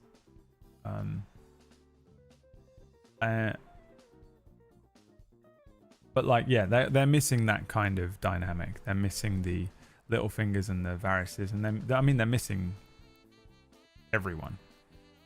They aren't concentrating on many other characters, because you're only concentrating on the characters. There's so many characters in these 2 or 3 houses that they're focusing on. So you'll only get 1 or 2 characters that are not really like a Targaryen or a Valerion or whatever. And it's they definitely miss out on some of the. The thing is, if you actually break down Game of Thrones, if Game of Thrones was replaced, if all the characters were replaced by the same house, if we were just following the Starks, but you had the same scenes, you'd be way more bored than House of Dragon. The thing that made it fun is that you would jump it was a smorgasbord of different characters from different houses and different areas of the world interacting with one another constantly. So you'd get this character and put him there, and this character and put him over there, and this one and this one and this one and this one and this one, and then you'd fight the Night King for a minute, and you'd come back over here and just see what the fuck is Tyrion doing? Let's put him in fucking Essos. But actually, all they were doing was just sitting around chatting as well. For a lot of the show, just a bunch of people sitting around talking. But it's interesting because they're all different people, whereas in House of the Dragon, they're all the same person, because they're all just a Targaryen on one side or a Hightower on the other. They're just 2 teams. Whereas in Game of Thrones, everyone was fucking everywhere doing everything. So that variety is actually a trick in Game of Thrones in a way. But you felt like you were getting tricked into a lot more variety of things happening. Whereas in House of the Dragon, it feels like you're just moving from one room of the same castle to the other, while more people are having conversations about things happening in that castle. In Game of Thrones, even though you were just moving from one group to another, having conversations about what's happening in the world, it felt like more because you were moving from these strange locations. Game of Thrones is constantly changing how it looks as well. One minute you're in a dark castle in King's Landing, next minute you're in a fucking warm climate in Essos in Marine, next minute you're in this fucking blue lit fucking black and white wall shot because they're all standing on the wall and it's snowing everywhere, or in Winterfell or something, and it just bounces between these things, so you get these completely different feels when you're moving. Whereas in House of the Dragon, you just go from one castle to another castle to another castle to another castle to another castle. I get it, I understand all of the criticisms, but I think that people are like way too hung up on them. This show is fucking banging, dude. We need to stop tearing down these. Everyone needs to shut the fuck up. Everyone's got a fucking opinion. It's always negative, man. Like, dude, I don't know why anyone makes TV at all anymore. No wonder we got so much shit TV. I don't think I could be bothered to just keep putting out good shows and everyone's like, yeah, it was alright, but the pacing. Dude, this thing is the best thing that's been on this year. It's the only good thing that's been on all year. And we're going to fucking shit on it? It would be lucky we ever get another TV show again. Everyone puts out good TV shows and everyone's just like, oh, fucking shit, you're not good pacing. What do you know about pacing? The fuck do you know about pacing? You're an accountant. Shut the fuck up and watch your TV show and enjoy it. It's actually good. Hi, Kaio. Thanks for the 56, my friend. Yeah, Sean, yeah. It seems like there'll be more variety, yeah. I think, again, they're caught between the source material and presenting a TV show as well. It's probably really difficult to adapt that book, The Silmarillion. My brother-in-law says that he wishes the characters in Season 2 of House of the Dragon were a little more conflicted instead of sort of all good. Yeah, I mean... They try to concentrate a lot on conflict. Like, they even have Kristen Cole be kind of conflicted by the end of this season. Alicent goes through that whole thing. There aren't as many just straight up nasty evil characters. Like in Game of Thrones, you had Ramsay Bolton. He was such a fucking piece of shit. You had Joffrey. Even Tywin, you get this sense that none of them know they're evil, which is a nice thing. I think maybe Ramsay Bolton is aware that he's evil. But, yeah, there aren't that many outright nasty pieces of shit. They're all kind of good. I struggle to really think of any of them as particularly evil. But they're all deluded, aren't they? That's the point. They're all tricked, and I guess there isn't many people to rally around behind hating. Larys is pretty gross. They kind of make him gross with the foot thing too. Rings of Power. Yeah, I watched The Rings of Power, and I felt nothing while watching it. I think when I watched it, though, I don't remember. I'm sure some of you will remember because I probably spoke about it on stream, but I think I was like dying. When did that come out? Rings of Power. Did that come out like when I broke up with Emma? When did that come out? Because I remember being like a numb human. Like I had doubled my dosage of antidepressants, and I just was not a human being. Because everyone had like such massive opinions on it, and I just didn't care. But like sometimes I can tell that it's just because I'm seeing the world from behind a pane of glass. And it's drugs. It's because I'm on antidepressants or something, or I'm like literally in a mental breakdown. I don't know, but I remember watching it and not having a particularly strong opinion on it. I enjoyed it fine, but I'm also not really much of a Lord of the Rings guy. September 2022, I wasn't human then. I wasn't human. I was just, especially if that was, and it would have come out, what was it, 6 episodes? Did it all come out at once? Or was it out weekly? Yeah.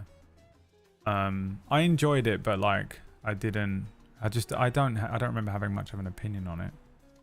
I don't remember it being like anything that made me feel like, wow. I remember thinking it felt like everything felt too pretty. It doesn't make, that person does not feel like Galadriel to me at all. And from what I understand, it's so painfully different, the way that she is from what she should be. It's like it's so horribly inaccurate to the source material, right? Rings of Power. But I don't really know much about Lord of the Rings.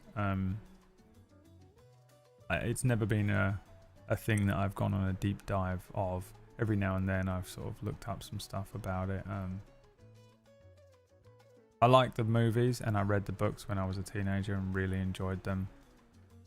I watched them all not too long ago, around the same time. I think it was when Rings of Power came out, something like that. But I sort of nothinged it. I sort of nothinged the show because I'm not that invested in Lord of the Rings, so I didn't take any of it personally when it was presented incorrectly or whatever. It was a pretty Amazon show. It was easy enough to watch. But yeah, I imagine if I liked Lord of the Rings, it would have pissed me off. But because I don't care about Lord of the Rings lore that much, I wasn't bothered about it. And I'll watch this. I felt the same about The Wheel of Time. I enjoyed The Wheel of Time. I watched the 2 seasons of that, and I enjoyed it just fine. I don't know what it's doing wrong. The same with Rings of Power. I don't know what it's doing wrong, and in my obliviousness, I'm able to actually enjoy it. But I think if I knew what they were doing wrong, it would piss me off, right? I love Wheel of Time. I love Rings of Power. Yeah, but you skip through cutscenes in games, so you're not going to be my first port of call for when it comes to. I need a good barometer of someone with good opinions on stories. Hi, Lollip, by the way. How are you doing? I actually take TV serious. Yeah, because there's no one monetizing you while you're watching it, I guess. Yeah, no, I enjoyed Wheel of Time more than Rings of Power. I think I enjoyed the second season of Wheel of Time more.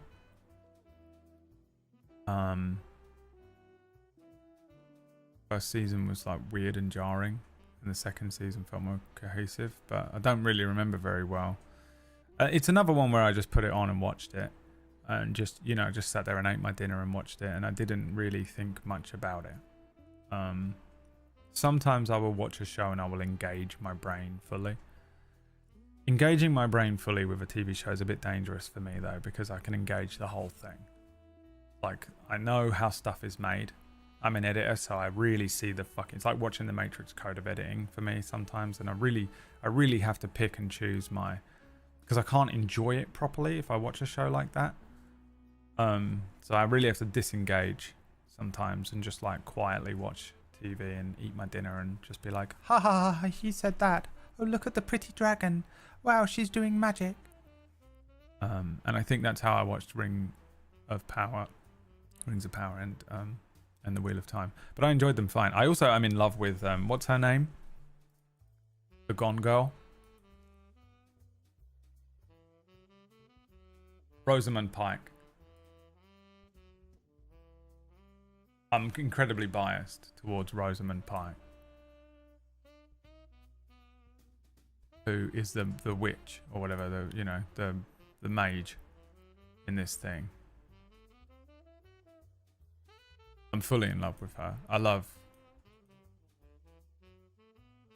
everything. The Aes Sedai, yeah. But I don't know anything about the Wheel of Time books. I hope to one day read them. I kind of hope that this show doesn't, because it seems like the type of thing... There's no way this show is doing them justice. But they seem... It seems like my shit completely. I would love to read the books. There's just so many of them. Like, every Brandon Sanderson I kind of go to look at, I'm like, oh, I can't commit to this. One day I hope I get to the point where I get back into reading again. I read so much as a kid. I was like a little fucking Harry Potter kid trapped in a fucking bedroom, and I wasn't allowed out of it. So all I did was read books that my uncle gave to me, and I was completely at the mercy of whatever he brought me. And predominantly he would bring me Stephen King, Dean Koontz, and every now and then he'd bring me just something completely random, like a Lord of the Rings. Like, he brought me The Hobbit once. But I think if I could go back in time and drop books off at my window, my own window, as a 10 through early 20s, I would drop off some Brandon Sanderson books and some Robin Hobbs, because I didn't really read a lot of fantasy as a kid. I started reading fantasy in my like mid-20s. Game of Thrones and stuff. I read a few. I read Lord of the Rings and some major fantasies, but I didn't know where to look for them. It was a bit like my story with Final Fantasy, in that I just had no idea they existed, really. But I think I would have loved to have read some of them. I read nothing but fantasy now, but I read much slower, so I read almost nothing anymore. I just started the second set of John Gwynne books, the Faithful and Fallen books, but whatever the second series of that he did is called. It's set like 100 years after those ones. I loved those. The Faithful and the Fallen books were like, I fucking just ate them up.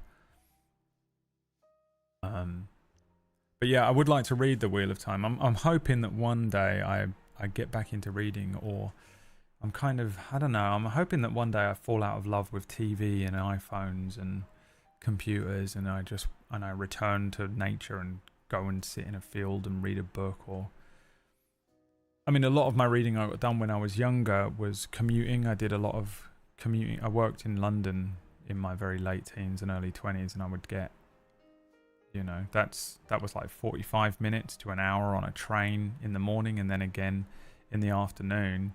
Plus I would read at night for a lot longer. I'd read for like half an hour at least, because I was very insomniac, so I'd get like half an hour of reading in at night, and that could go up to 6 hours of reading. You know, I would just read because it would make my eyes hurt. Reading a lot makes my eyes hurt, which forces me to close them, and then it helps me fall asleep. I don't know how to describe that.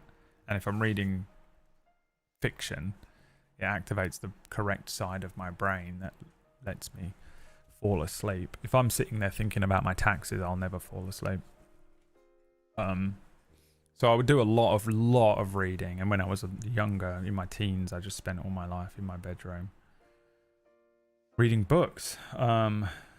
And I want to, if I get back to that one day, what I would like to do, I think, is read like a Wheel of Time level book, because there's so many of them. They're just enormous, aren't they?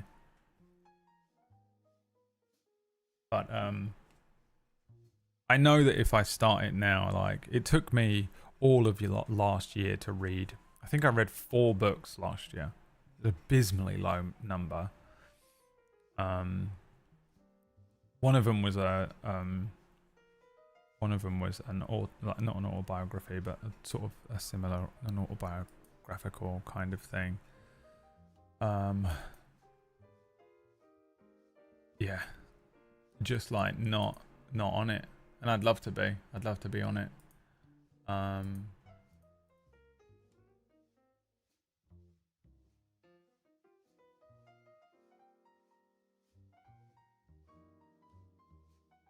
Yeah, the Wheel of Time and that kind of stuff. But I know I'll start it, and then it will be, I'll literally, it will take me probably a decade to read the Wheel of Time, and I don't want, and I'll get bored of it. I don't want to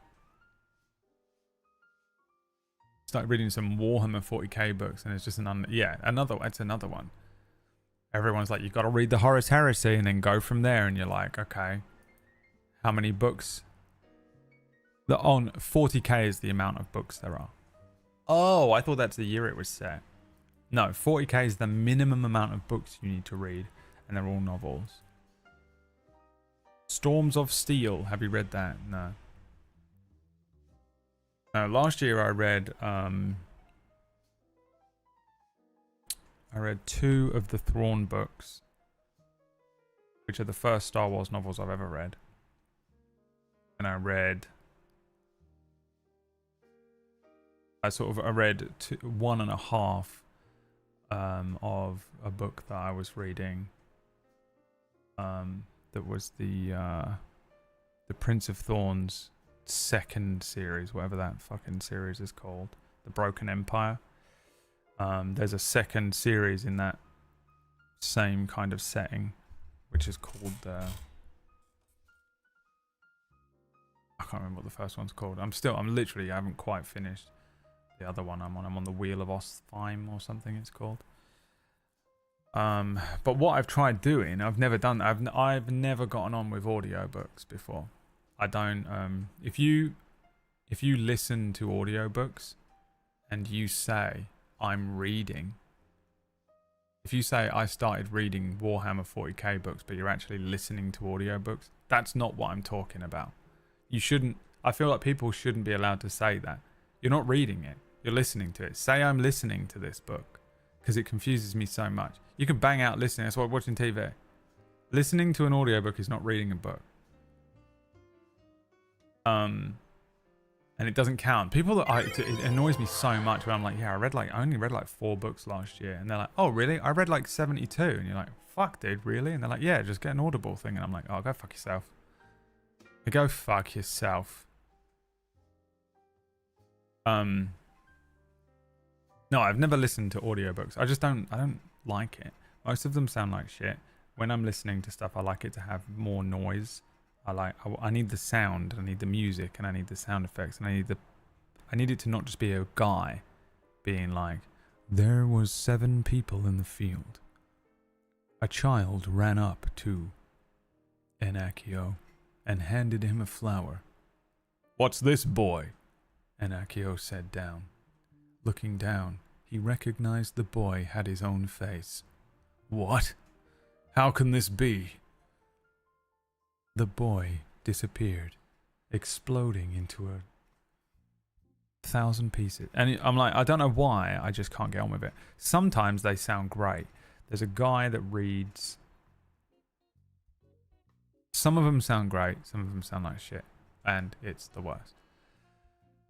But what I realize is sometimes I just need, I almost need something that, I don't want to read a thing when I'm falling asleep, but I also don't want to watch something while I'm falling asleep. And I was like, the only thing in the middle of that is an audio book. So I'm just going to start. So actually, so when I said I'm reading a book, that I'm actually listening to the John Gwynne book. I can't remember what it's called though. And it's annoying because I bought it. I bought it to read, but now I'm listening to it for free on Spotify. I'm trying to force myself though to enjoy them. I hate them. I don't like them. I don't find it immersive. It just annoys me. I just hear someone reading me a story and it pisses me off, and I wish that I could direct them to do it better. And all I can hear is them making mistakes and it being shit. And I'm like, you suck. You suck. Get better. That's all I can hear. And it pisses me off. And I'm a psychopath. Cheesiosaur, my friend, thank you for the 7 months. But I'm basically just trying to find, like, because I think it would be good for me to fall asleep to listening to an audiobook rather than actually reading one. Because when I'm reading an actual book, it's like bright and in my eyes and it wakes me up a bit. And like, you know, if I'm watching TV or I'm like watching something on the iPad or whatever. I mean, sometimes it doesn't, most of the time it doesn't matter, but there are nights when I've been really struggling to sleep lately and I'm just like listening to an audiobook instead. It's also good for cooking because I've been cooking batches of chili. And I need to figure out more stuff that's like chili that I can cook in batches, like jambalayas and stuff. But that takes an hour. A bit longer than an hour for me to make. And it's annoying. I don't cook. I've never cooked anything in my life. This is the first time in my life I've ever cooked anything. And it's chili batches of chili I've been making. They're coming out alright. But they take forever. It takes forever to cook stuff. It's one of the reasons I hate doing it. It's a waste of time for me. I can't taste it. It's a waste of time. There's no payoff. The only payoff is that it costs less. That's the only reason I'm doing it. But it takes like an hour.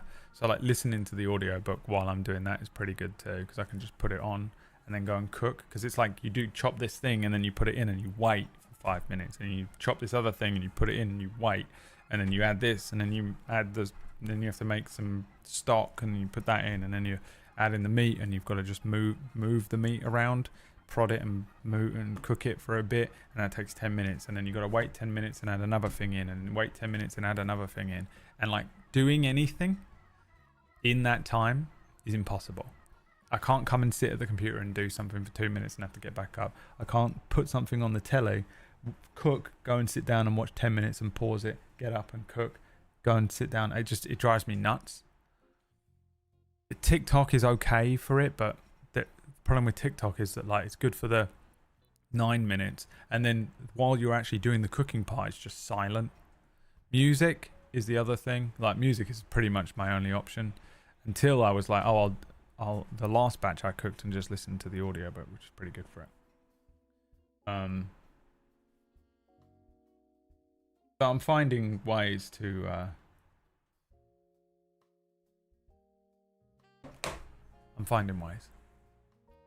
Have you heard about Instapot? It's throw everything and forget. Yeah, I have. I've heard about it. I don't really know the difference between Instapot and a slow cooker, and I looked into it, and then it was just a bunch of people arguing, where half of the people were like, it's a slow cooker, but it does it quicker. It's not exactly a slow cooker, but it can be used as a slow cooker, but it does what a slow cooker can do in 6 hours in 1 hour. And then there are people going, no, it's not good enough. It actually does it wrong. If you're going to do slow, your pressure cooker thing is going to be different. because the amount of time it takes, all of your heats have to be adjusted to a new type of thing. Instapot cooks from the bottom up, whereas a slow cooker, or whatever it's called, a pressure cooker, cooks from the sides as well. So they're not quite exactly the same, and I was just like, and I got overwhelmed. I just immediately got overwhelmed and just didn't, and I was like, okay, I don't care anymore. Because it's just a bunch of, it's basically when I ask chat something, that's what this became. When I'm just like, hey chat, do I go left or right in this game? And then every other comment says left and every other comment says right. And all those people start bickering and fighting, and I go, well, no one's giving me an answer, and now I don't even want to play the game anymore. I don't want an instant pot. I don't want a pressure cooker. I don't want a slow cooker. I don't want nothing. I just don't care anymore. I'll make it in a fucking pan. You've ruined it. You've all ruined it. There's an answer and none of you can give it, so you all suck, and obviously no one's going to give me the answer I need, and everything is ruined. Stop it, you're ruining it. You're ruining everything. You're spoiling it. And you started doing it immediately in here as soon as I said exactly what. So, yeah, I don't know which one I want. I don't know if I want an Instapot or not. I think I do, by the way. I think at the end of it, I've realised that I do want an Instapot, and I'll just figure out how to make stuff in that. But it's still pretty annoying because I looked up like an Instant Pot jambalaya recipe, and you still kind of have to fry everything before you put it in the pot anyway. So I was like, well, I mean, this is the same as cooking it on the hob. I don't know the difference. I still have to fry it on a fucking hob in the pan and then throw it in the pot at the right time. But I also, the thing is, I don't know anything about cooking. So I get a bit overwhelmed looking at recipes and stuff. Like sometimes I'll be reading a recipe and it will just go, so you just have to, so you cut this up and you add it, you cut this up and you add it, you add this spice, you add this spice, then you saute the prawns, and I go, I don't know what saute means, and now I'm afraid of the whole thing. Because I don't know what that one thing means. It probably means I don't know what any of this means. Now that means I can't cook this and I'm scared. And then it will just do that, and then it will be another thing in there that's like, make sure you get it looking like this. And I'm like, no. I need it explained to me like I'm a child, not like I've been cooking for a long time and I've looked up a recipe online and now can follow. I need it to be explained to me like I have never cooked anything ever. And a lot of the stuff online that describes how you cook things that it is explained as if you have a basic knowledge of cooking, which I don't have. I need it to be like, I need to be handheld through this because I have never cooked anything ever. I'm literally starting to learn how to cook today. Exclusively because I just want to save money, and exclusively because it is one thing I have enjoyed about cooking batches of fucking chili up is how easy it is. Like the first day is like a whole effort of an hour of cooking, but then the next day all I do is just chuck it in a pan and heat it up for 10 minutes and then make some pasta or rice and then just eat it. I just put it together. It's very easy to do. So it's like 1 day of effort, 3 days of zero effort. And it cost me a tenner. So I've got 10 days worth of food for 4 days worth of food for a tenner. So I've been doing that for the last I've lived off nothing but chili, which I can do. The good thing about being me is I don't care about how things taste, and I can eat the same thing every single day for a month. I can live like a prisoner pretty easily. My problem comes with I can't cook, so I end up just air frying chicken nuggets every day because it's the only way I know how to cook something. And really that kind of costs a bit of money because you're constantly having to replenish whole bags of stuff. I mean, I eat pretty cheaply, but I think this is better. Chili, yeah. Stew, I don't really like stew. Liam's on stew at the moment.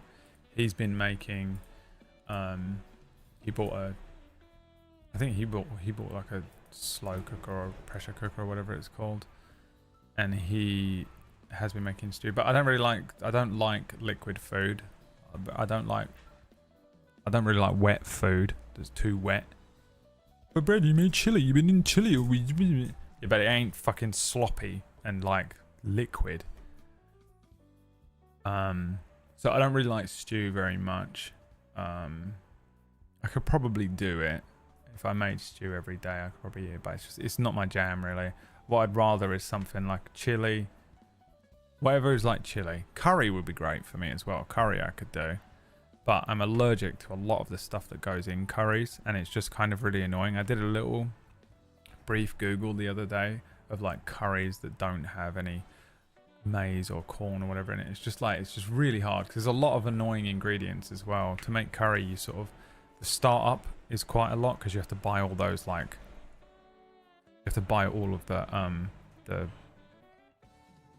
what are the ingredients, like the cumin and shit, paprikas and all those kind of things. There's loads of those that you've got to buy. They last forever, but like the startup cost, the first batch cost is pretty high. But I'm very allergic to a lot of the stuff that goes in curries, and it's pretty hard to find every single ingredient that goes in a curry that doesn't have something that I'm allergic to in it. Even though it's totally possible, it's just almost not worth the effort. Because I have to source a lot of it from like online as well, so I can't just go to a shop and grab it off the shelf, which is so much easier and a little bit cheaper as well. So that's annoying. So that kind of knocks curry off the thing. I don't really like stew. Paella I could probably do. Send me the paella recipe. I'll try it. I need something that I can. What I need are advanced meals. So like a thing that I can cook up in a fucking great big pot, and then wrap it up and put it in the fridge, and then just spoon out of it every day, heat it up. That's what I want.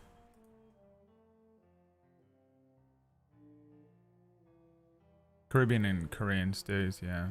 Well, I want to do jambalayas. I've looked up jambalaya recipe, but it's just a bit annoying again, trying to get all this stuff.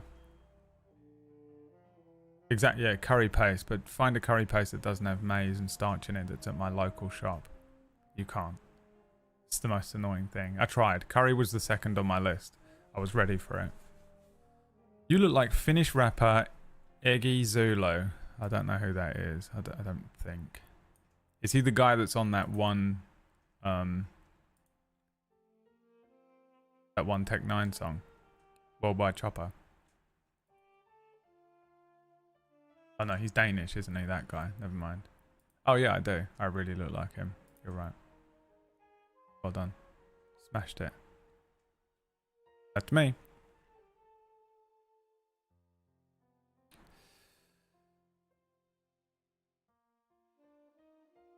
That guy's Finnish? That guy's not Finnish. Have you ever heard the book, The Body Keeps the Score? No. Heyo. That guy ain't Finnish, bro.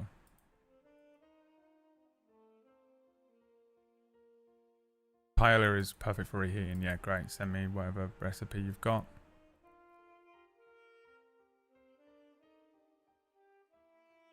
I'll give it a go.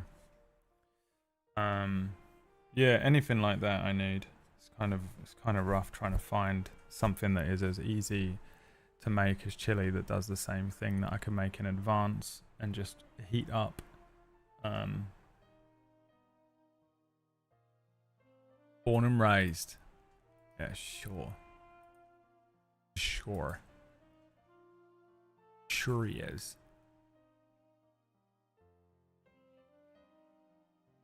Right, well, we've covered every topic that we need to. We've completely fully reviewed Game of Thrones and House of the Dragon. We've done a part review of Rings of Power.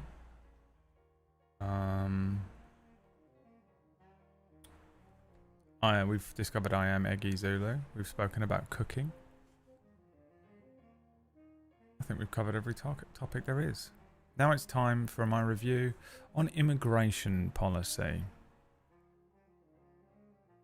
My immigration policy is one that no one agrees with, and it's that everyone should leave the country except for me. Just leave me the fuck alone. Can everyone just leave me alone? That's my immigration policy. Done. Don't unsubscribe. No, dude, I'd open everything. I'd open every door. I don't care who comes in. Come on over. Do whatever the fuck you want. I don't give a shit. Let everyone in and do whatever the fuck you want. Creed have released, guys, dads, divorced dads. It's time for Divorced Dads. Human Clay Deluxe Edition, the remaster. It's out. It's here. Let's go, dude. Human Clay is back. Divorced Dad news. In Divorced Dad news, Creed have released the full 2024 remaster of Human Clay. That's my music sorted for the whole week. That's me done for the week. Also, speaking of Creed, my vinyl player has stopped working. It's really annoying. There's something wrong with the earthing, because it goes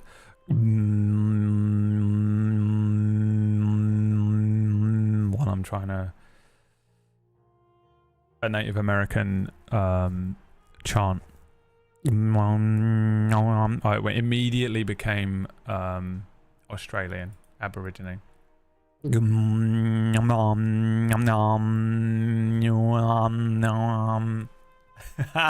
perfect. What's that fucking thing called? Didgeridoo.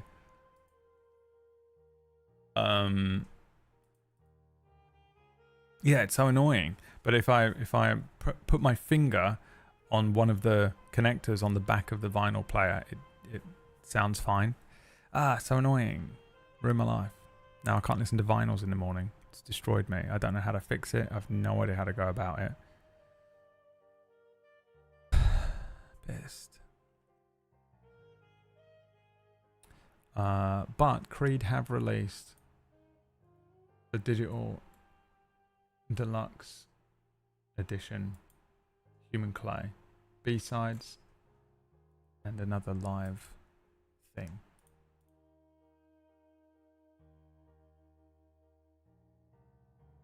Check it out if you're divorced.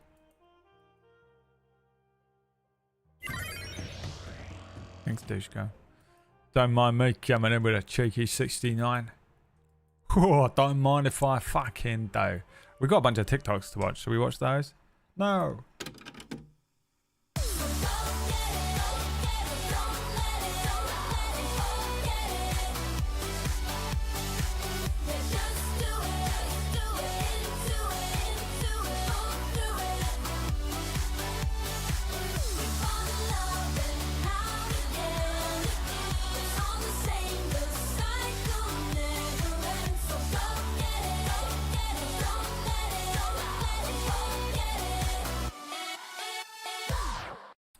Okay. It was listening to us. House of the Dragon. It was listening to us. That's so scary. This one was submitted by Nanak. We've got 21 of these to watch. Quick filmmaking tip. Have you ever been on set and your tripod plate gets a little loose? Let's say you don't have a coin or a key or whatever this thing is. Just use your SD card. Pop it out of the camera, give it a quick twist. Oh, we don't use that side of it. Oh, for Pop it fuck's right back in. sake. Happy filming. Yeah. Oh, Christ. This one's from Palomar. You never know the battles that people are silently fighting, but y'all are gonna know about mine. I'm not fighting anything silently. I'm fighting it at full volume, and everyone's gonna know how pissed about it I am. Me complaining every day on stream about stuff that all of you are complaining about and feeling as well, but then asking you to pay me for it. It's a pixie stick with CBD.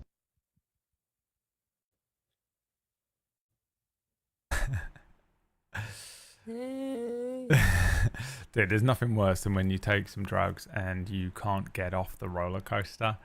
Oh, dude, you're on it and you don't know when it ends. Tick, tick, tick, tick, tick, tick, tick, tick, tick. When does this stop? When does it stop? When does it stop? Oh, the worst feeling. You're just at the mercy of it. This one's from Toodle and Sarah. There'll be some white women. I sure hope nobody steals my pool water. Hey, who's that?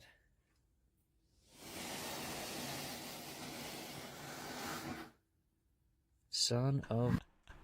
Don't drink that. It's got chlorine in it. You'll kill him. Tell him to stop.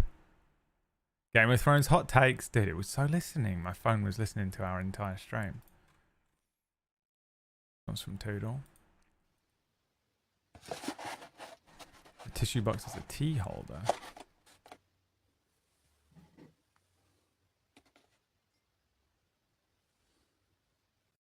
I mean, I don't trust it at all. That did not look stable whatsoever. The moment you sit down in that bed, it's over. You're scolding the fuck out of the back of your head.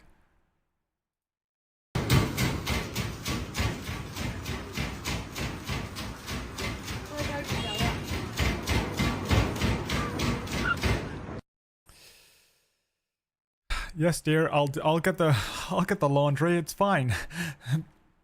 You want me to make dinner tonight? Whatever you want. I feel like the global perception of British man is very like, I'd like to buy you a drink if like you'd have me. We could go and read by the canal. That'd be really nice, you know. Or it's like, today we're going to be making an absolutely gorgeous lemon and herb butter, you know. Or it's like, hi, I'm Josh O'Connor, and this is what's in my bag. First up, a canoe. You know, or it's like, oh my days, like you look alright. You look fucking, I hate that hoodie. Take it off. You know, you look cool still. But actually, I'll tell you, like, what all men are actually like in England is this. So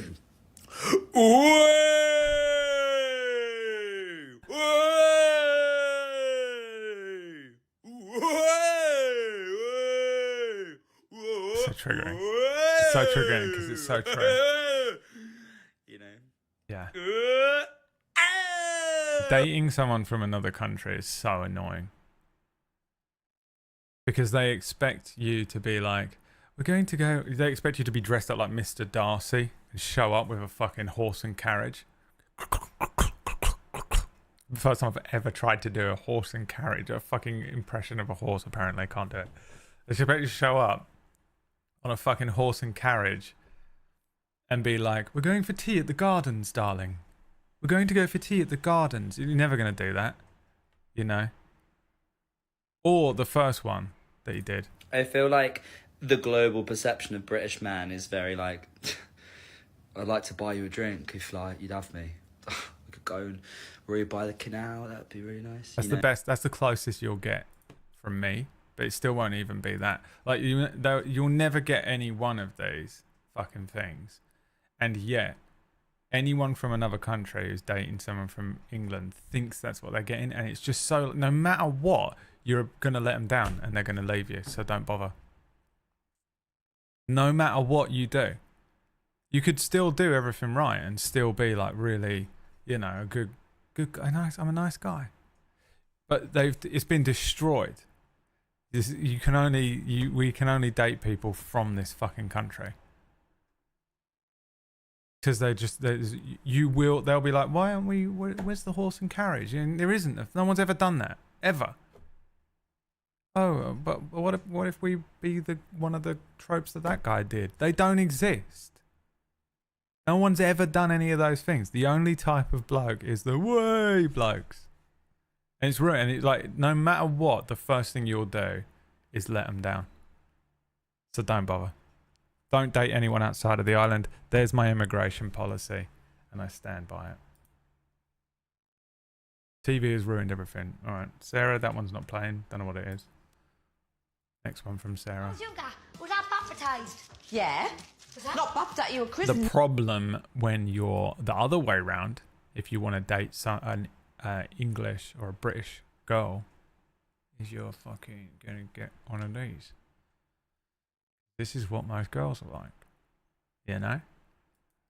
This is the other thing, is I'm trapped in this fucking country, and this is what's fucking on offer. Wait, so like basically you just like you roll dice and think of it in your head? That's like a bit weird though, innit? Don't you just want to like go down to Weatherspoons and get a drink instead?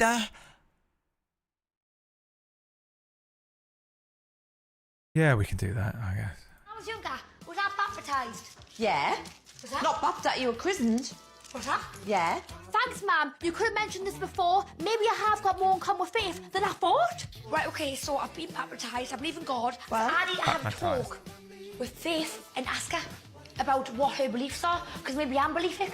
Well, maybe you are. Maybe I'm believing.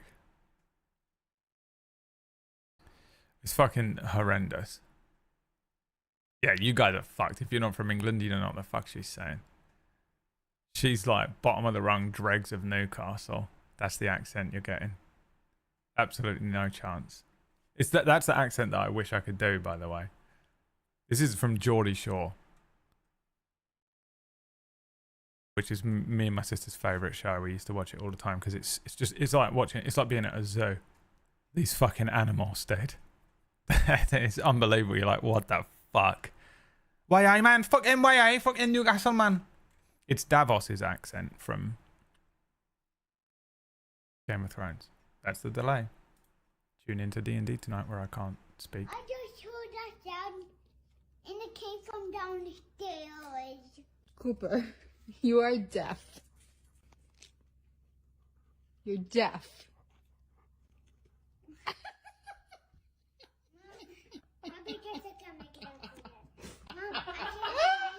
Trying to gaslight his mum. Try to gaslight his mum so much. Hilarious. I just heard that sound and it came from down the stairs. Maybe he felt sounds though, right? Because people who are deaf, they do know when there's sound going on, because there's sounds are often accompanied by like rumbles and shit. You can hear stuff going on all the time because you can feel the rumbling, right? I feel like I would call that I heard something, the vibrations and things, yeah.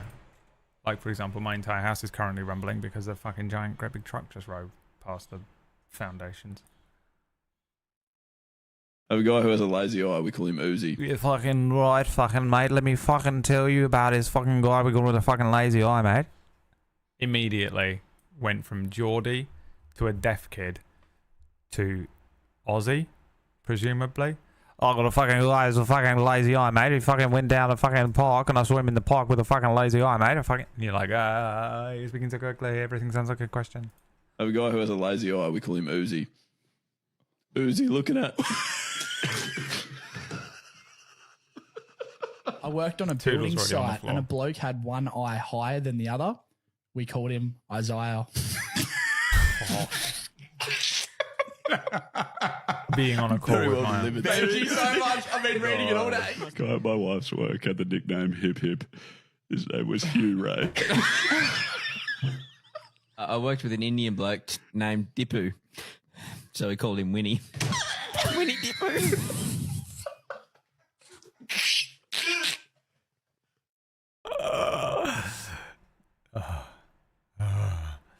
This one's from Harambe.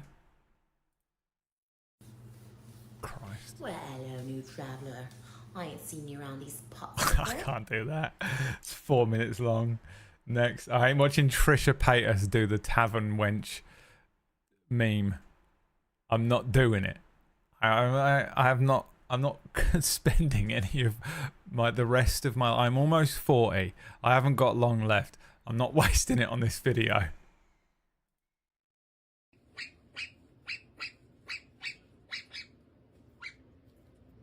It's gonna be a. What's that? Oh, what is that?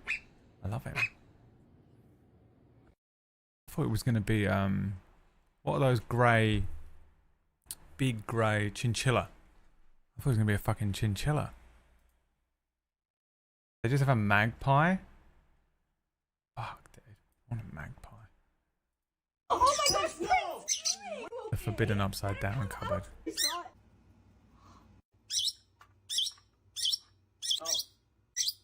Oh, good Stop it! Oh, Fucking hell. there's two of them. Oh my god. Oh my god. What's happening? What is? Gosh, Oh, Prince. Oh, holy crap. Oh. Girly. Oh. Girly, what? Is he having fun? Do birds know what they're doing? Can they have fun? Oh my gosh. Oh. Are birds conscious? Are they aware they're alive? Girlfriend.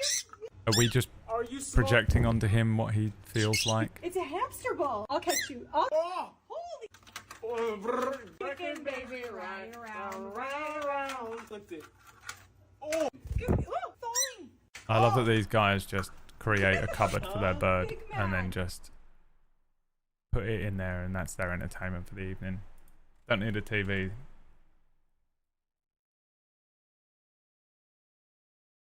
This is my dragon, Teltharion, the Wing Beater. This is Merthra, Sky Splitter, and the pride of the sky, Karmanak, the Divine. This is Max. We call him Death Breath because, well, there's two reasons really. This is Nipper. She's very affectionate, but watch your hands. And this is Saraka. I'm just kidding. That's Suze. Oh, you a cutie. Ah, you dickhead. Yeah, because they'd just be dogs. They would just be your dog, wouldn't they? This is my dog. This is my dragon. He's called Bruce. The dragon These kids can't even mail a letter. Download a PDF and send it to one colleague. Make an Excel sheet that adds columns of cells. Tell me what kind of cable this is. Hook up a Bluetooth device. I mean, it's good, Toodle, but don't you remember this trend? This is an old video, surely. 2 days ago? Is it back? Is this trend back? What the hell is going on out here?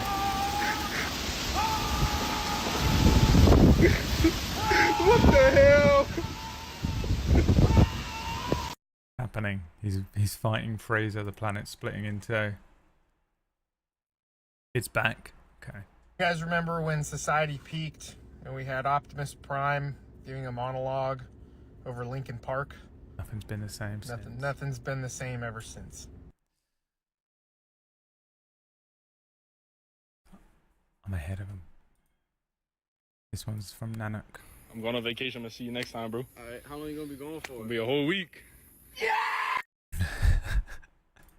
This one's from Nixie.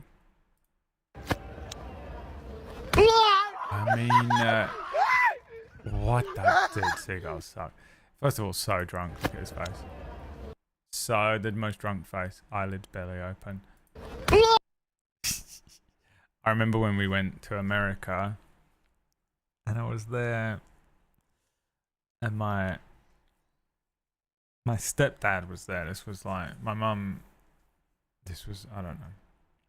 And we crunched up a load of Doritos and threw them over him on the beach. And it was like a scene from Alfred Hitchcock's The Birds. So many of them descended on him. We couldn't have predicted what we had done. They almost killed him. Me and my cousin brothers and my sister were like, ha ha ha ha. Threw so much of it, dude. You know when you're a little kid and you immediately regret what you've done? You're like the Dreadfield. You're like, oh God, what have we done? It was. We thought it'd be like funny, like one of them would come down. We didn't expect what would happen to him. They almost killed him. It was horrific. The fucking sky darkened and just a billion seagulls descended on him. You couldn't see him. It was horrendous. He was like the nicest guy as well. Like never did anything. Never told us off or was never angry with us or never did anything like that. He was so pissed, dude. So pissed. It was from Shaz. You feed them, you raise them, you send them to school, and they're still fucking stupid! Oh my God, stop it. Cows are meant to be exceptionally dumb though, aren't they? Aren't cows like unbelievably stupid? I think I might have a couple in here to watch, but I haven't really been on TikTok much. We watched this one, Did we watch this? Do you guys? Oh, this is hilarious. My husband came home earlier and I wasn't done with karaoke.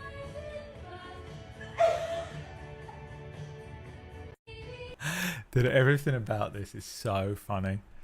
First of all, the girls with their cup and their blanket is the funniest thing in the world. Every single girl in the world is now, you know.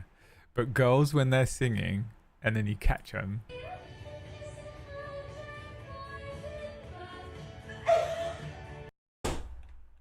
Nothing worse, to be honest. Absolutely nothing worse than when you're proper trying, legit trying. And you think there's no one in the house.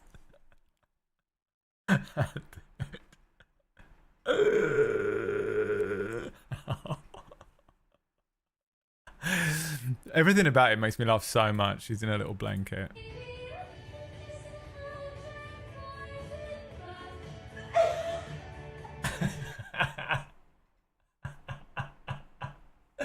It's so good. So good. Made me laugh so much. Oh, I just want this so badly. Look at this. How much is this table, Wormwood? What would you do with it, Brad? Play by myself, okay? But look, you got that little tray. Oh my god, I'd eat my dinner off of it. How much do you reckon it is? Link in bio, hold on.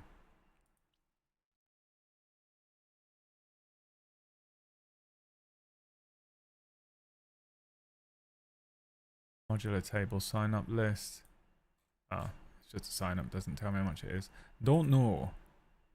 $5 easy. Min. What they say? Hold on. Move your head. I'm trying to pronounce it. They say fuck. Hold on. I'm trying to sound it out. But you're not sounding it right. Fuck. No. Say uncle. No, they don't say uncle. They say fuck. It rhymes with uncle. Funko. Fuckle. That's what it's. It don't. No. Fuck it. Don't say it. Now you got me saying it because I'm getting pissed off. You saying the fucking wrong. Saying the fucking word wrong. It don't say nothing about no fuck or nothing. It's saying Uncle Funko. The reason this made me laugh so much when I watched it is it reminds me of how this is me playing a fucking game, and you people are winding me up because you've been nothing but telling me all the answers all day where to go, and I don't want it. And then I'm like, how do I actually do it? And you guys, it's almost as if you purposefully try and mispronounce it. Bitch, if you can't get it, if you can't say it, don't say it. Don't say that shit. And then I'm there. You're pissing me off. You're pissing me off. And you've turned me into this. Say it so I can get right your damn mouth. Fuck. What they say? Dude. Now I know how it feels. Now I know why you do it, because that was hilarious. Other question. The nicknames Cheesemongers, Cherry Pickers, Bob's Own, the Emperor's Chambermaids, and the Immortals are or have been used for which groups of men? You Miss Bright, homosexual? No, they're regiments in the British Army. You'll be very upset with you miss. Other question. For now. From now. That's what it means. The nicknames Cheesemongers, Cherry Pickers, Bob's Own, the Emperor's Chambermaids, and the Immortals are or have... It's like that fucking clip. I can't recreate it. But there is a sound where and it's from Life on Mars, or whatever the sequel was to Life on Mars, with that guy, Glenn something, or whatever his name is. And he's listing off all of the things, because it's in the 80s or whatever, you know? And it reminds me of that. Girls will see this blanket and say, hell yeah, because you might think that they like cute stuff, but they actually like castles and skeletons. Here's the thing. The only reason I stopped this is I need you, chat, to answer this question. This is them. Where do you get this blanket? From this page? This is the company.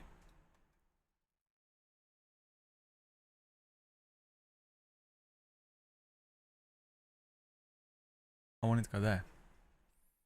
Can I get them shipped to the UK? Los Angeles.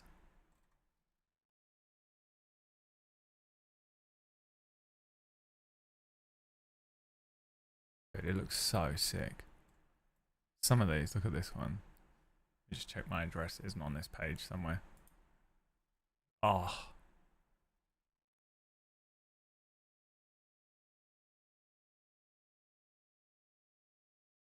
Gotta be careful on websites like this because sometimes it just comes up and it's like, get a delivery to your address, you know, and it like tries to autofill all your shit. $150 though.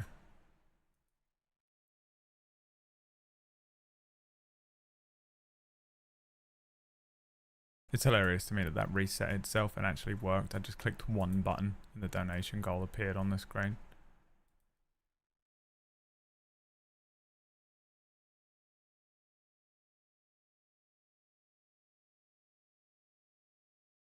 It's fucking, this is sick, dude.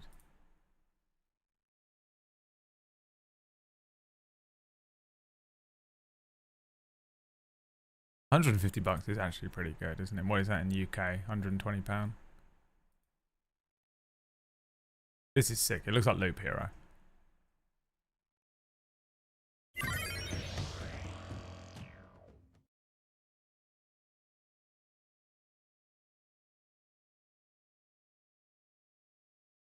Gotta put something here. This is just here because otherwise it's just a radiator. And I was like, I guess I'll just put that there until I hang it up. And I was like, it's annoying because there's a radiator here. But what if I hang? What if we hang? What if we hang something?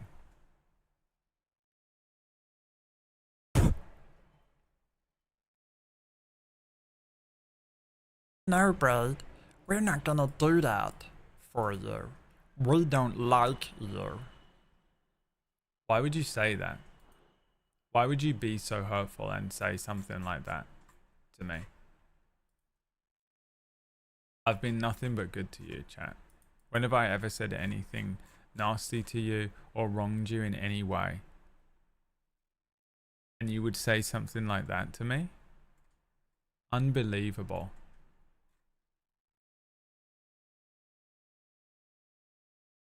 Unbelievable the way you treat me. You better show up tomorrow for D&D and be ready with your coins.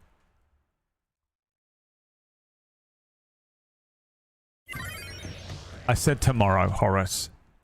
Can't follow simple instructions. Thank you for the cold hard cash.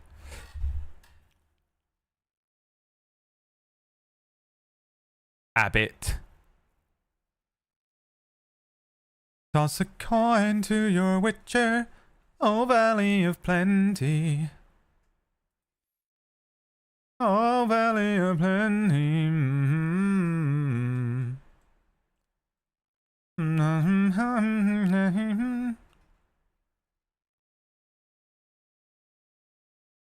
Right, who's showing up tomorrow? Show of hands.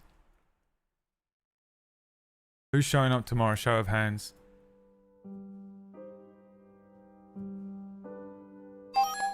Shadow, you're too early.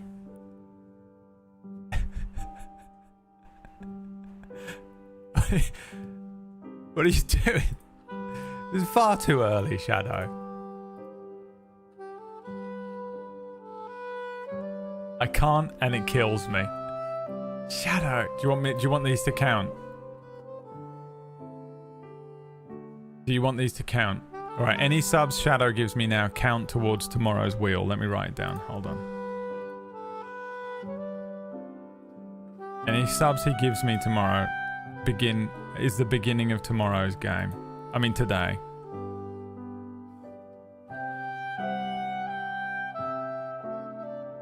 Hold on, let me write it down. Any subs he gives me today count towards tomorrow. Alright, I'm gonna write down Shadow plus 10, one roll. Oh, for Christ's sake, I just wrote down 1. Plus 7. Alright, no, alright, it's plus 17. Shadow the Red God plus 17. You know I'm going to open this document tomorrow morning, just as I'm starting the stream. I'll be a little bleary-eyed, a little tired. I will have just got back from a walk with Liam. And I'll be starting everything up. Oh, I've got to start the dice roller up. I've got to set the fucking title and I'll open this up and it'll just say Shadow plus 17 and I'll have no idea what it means.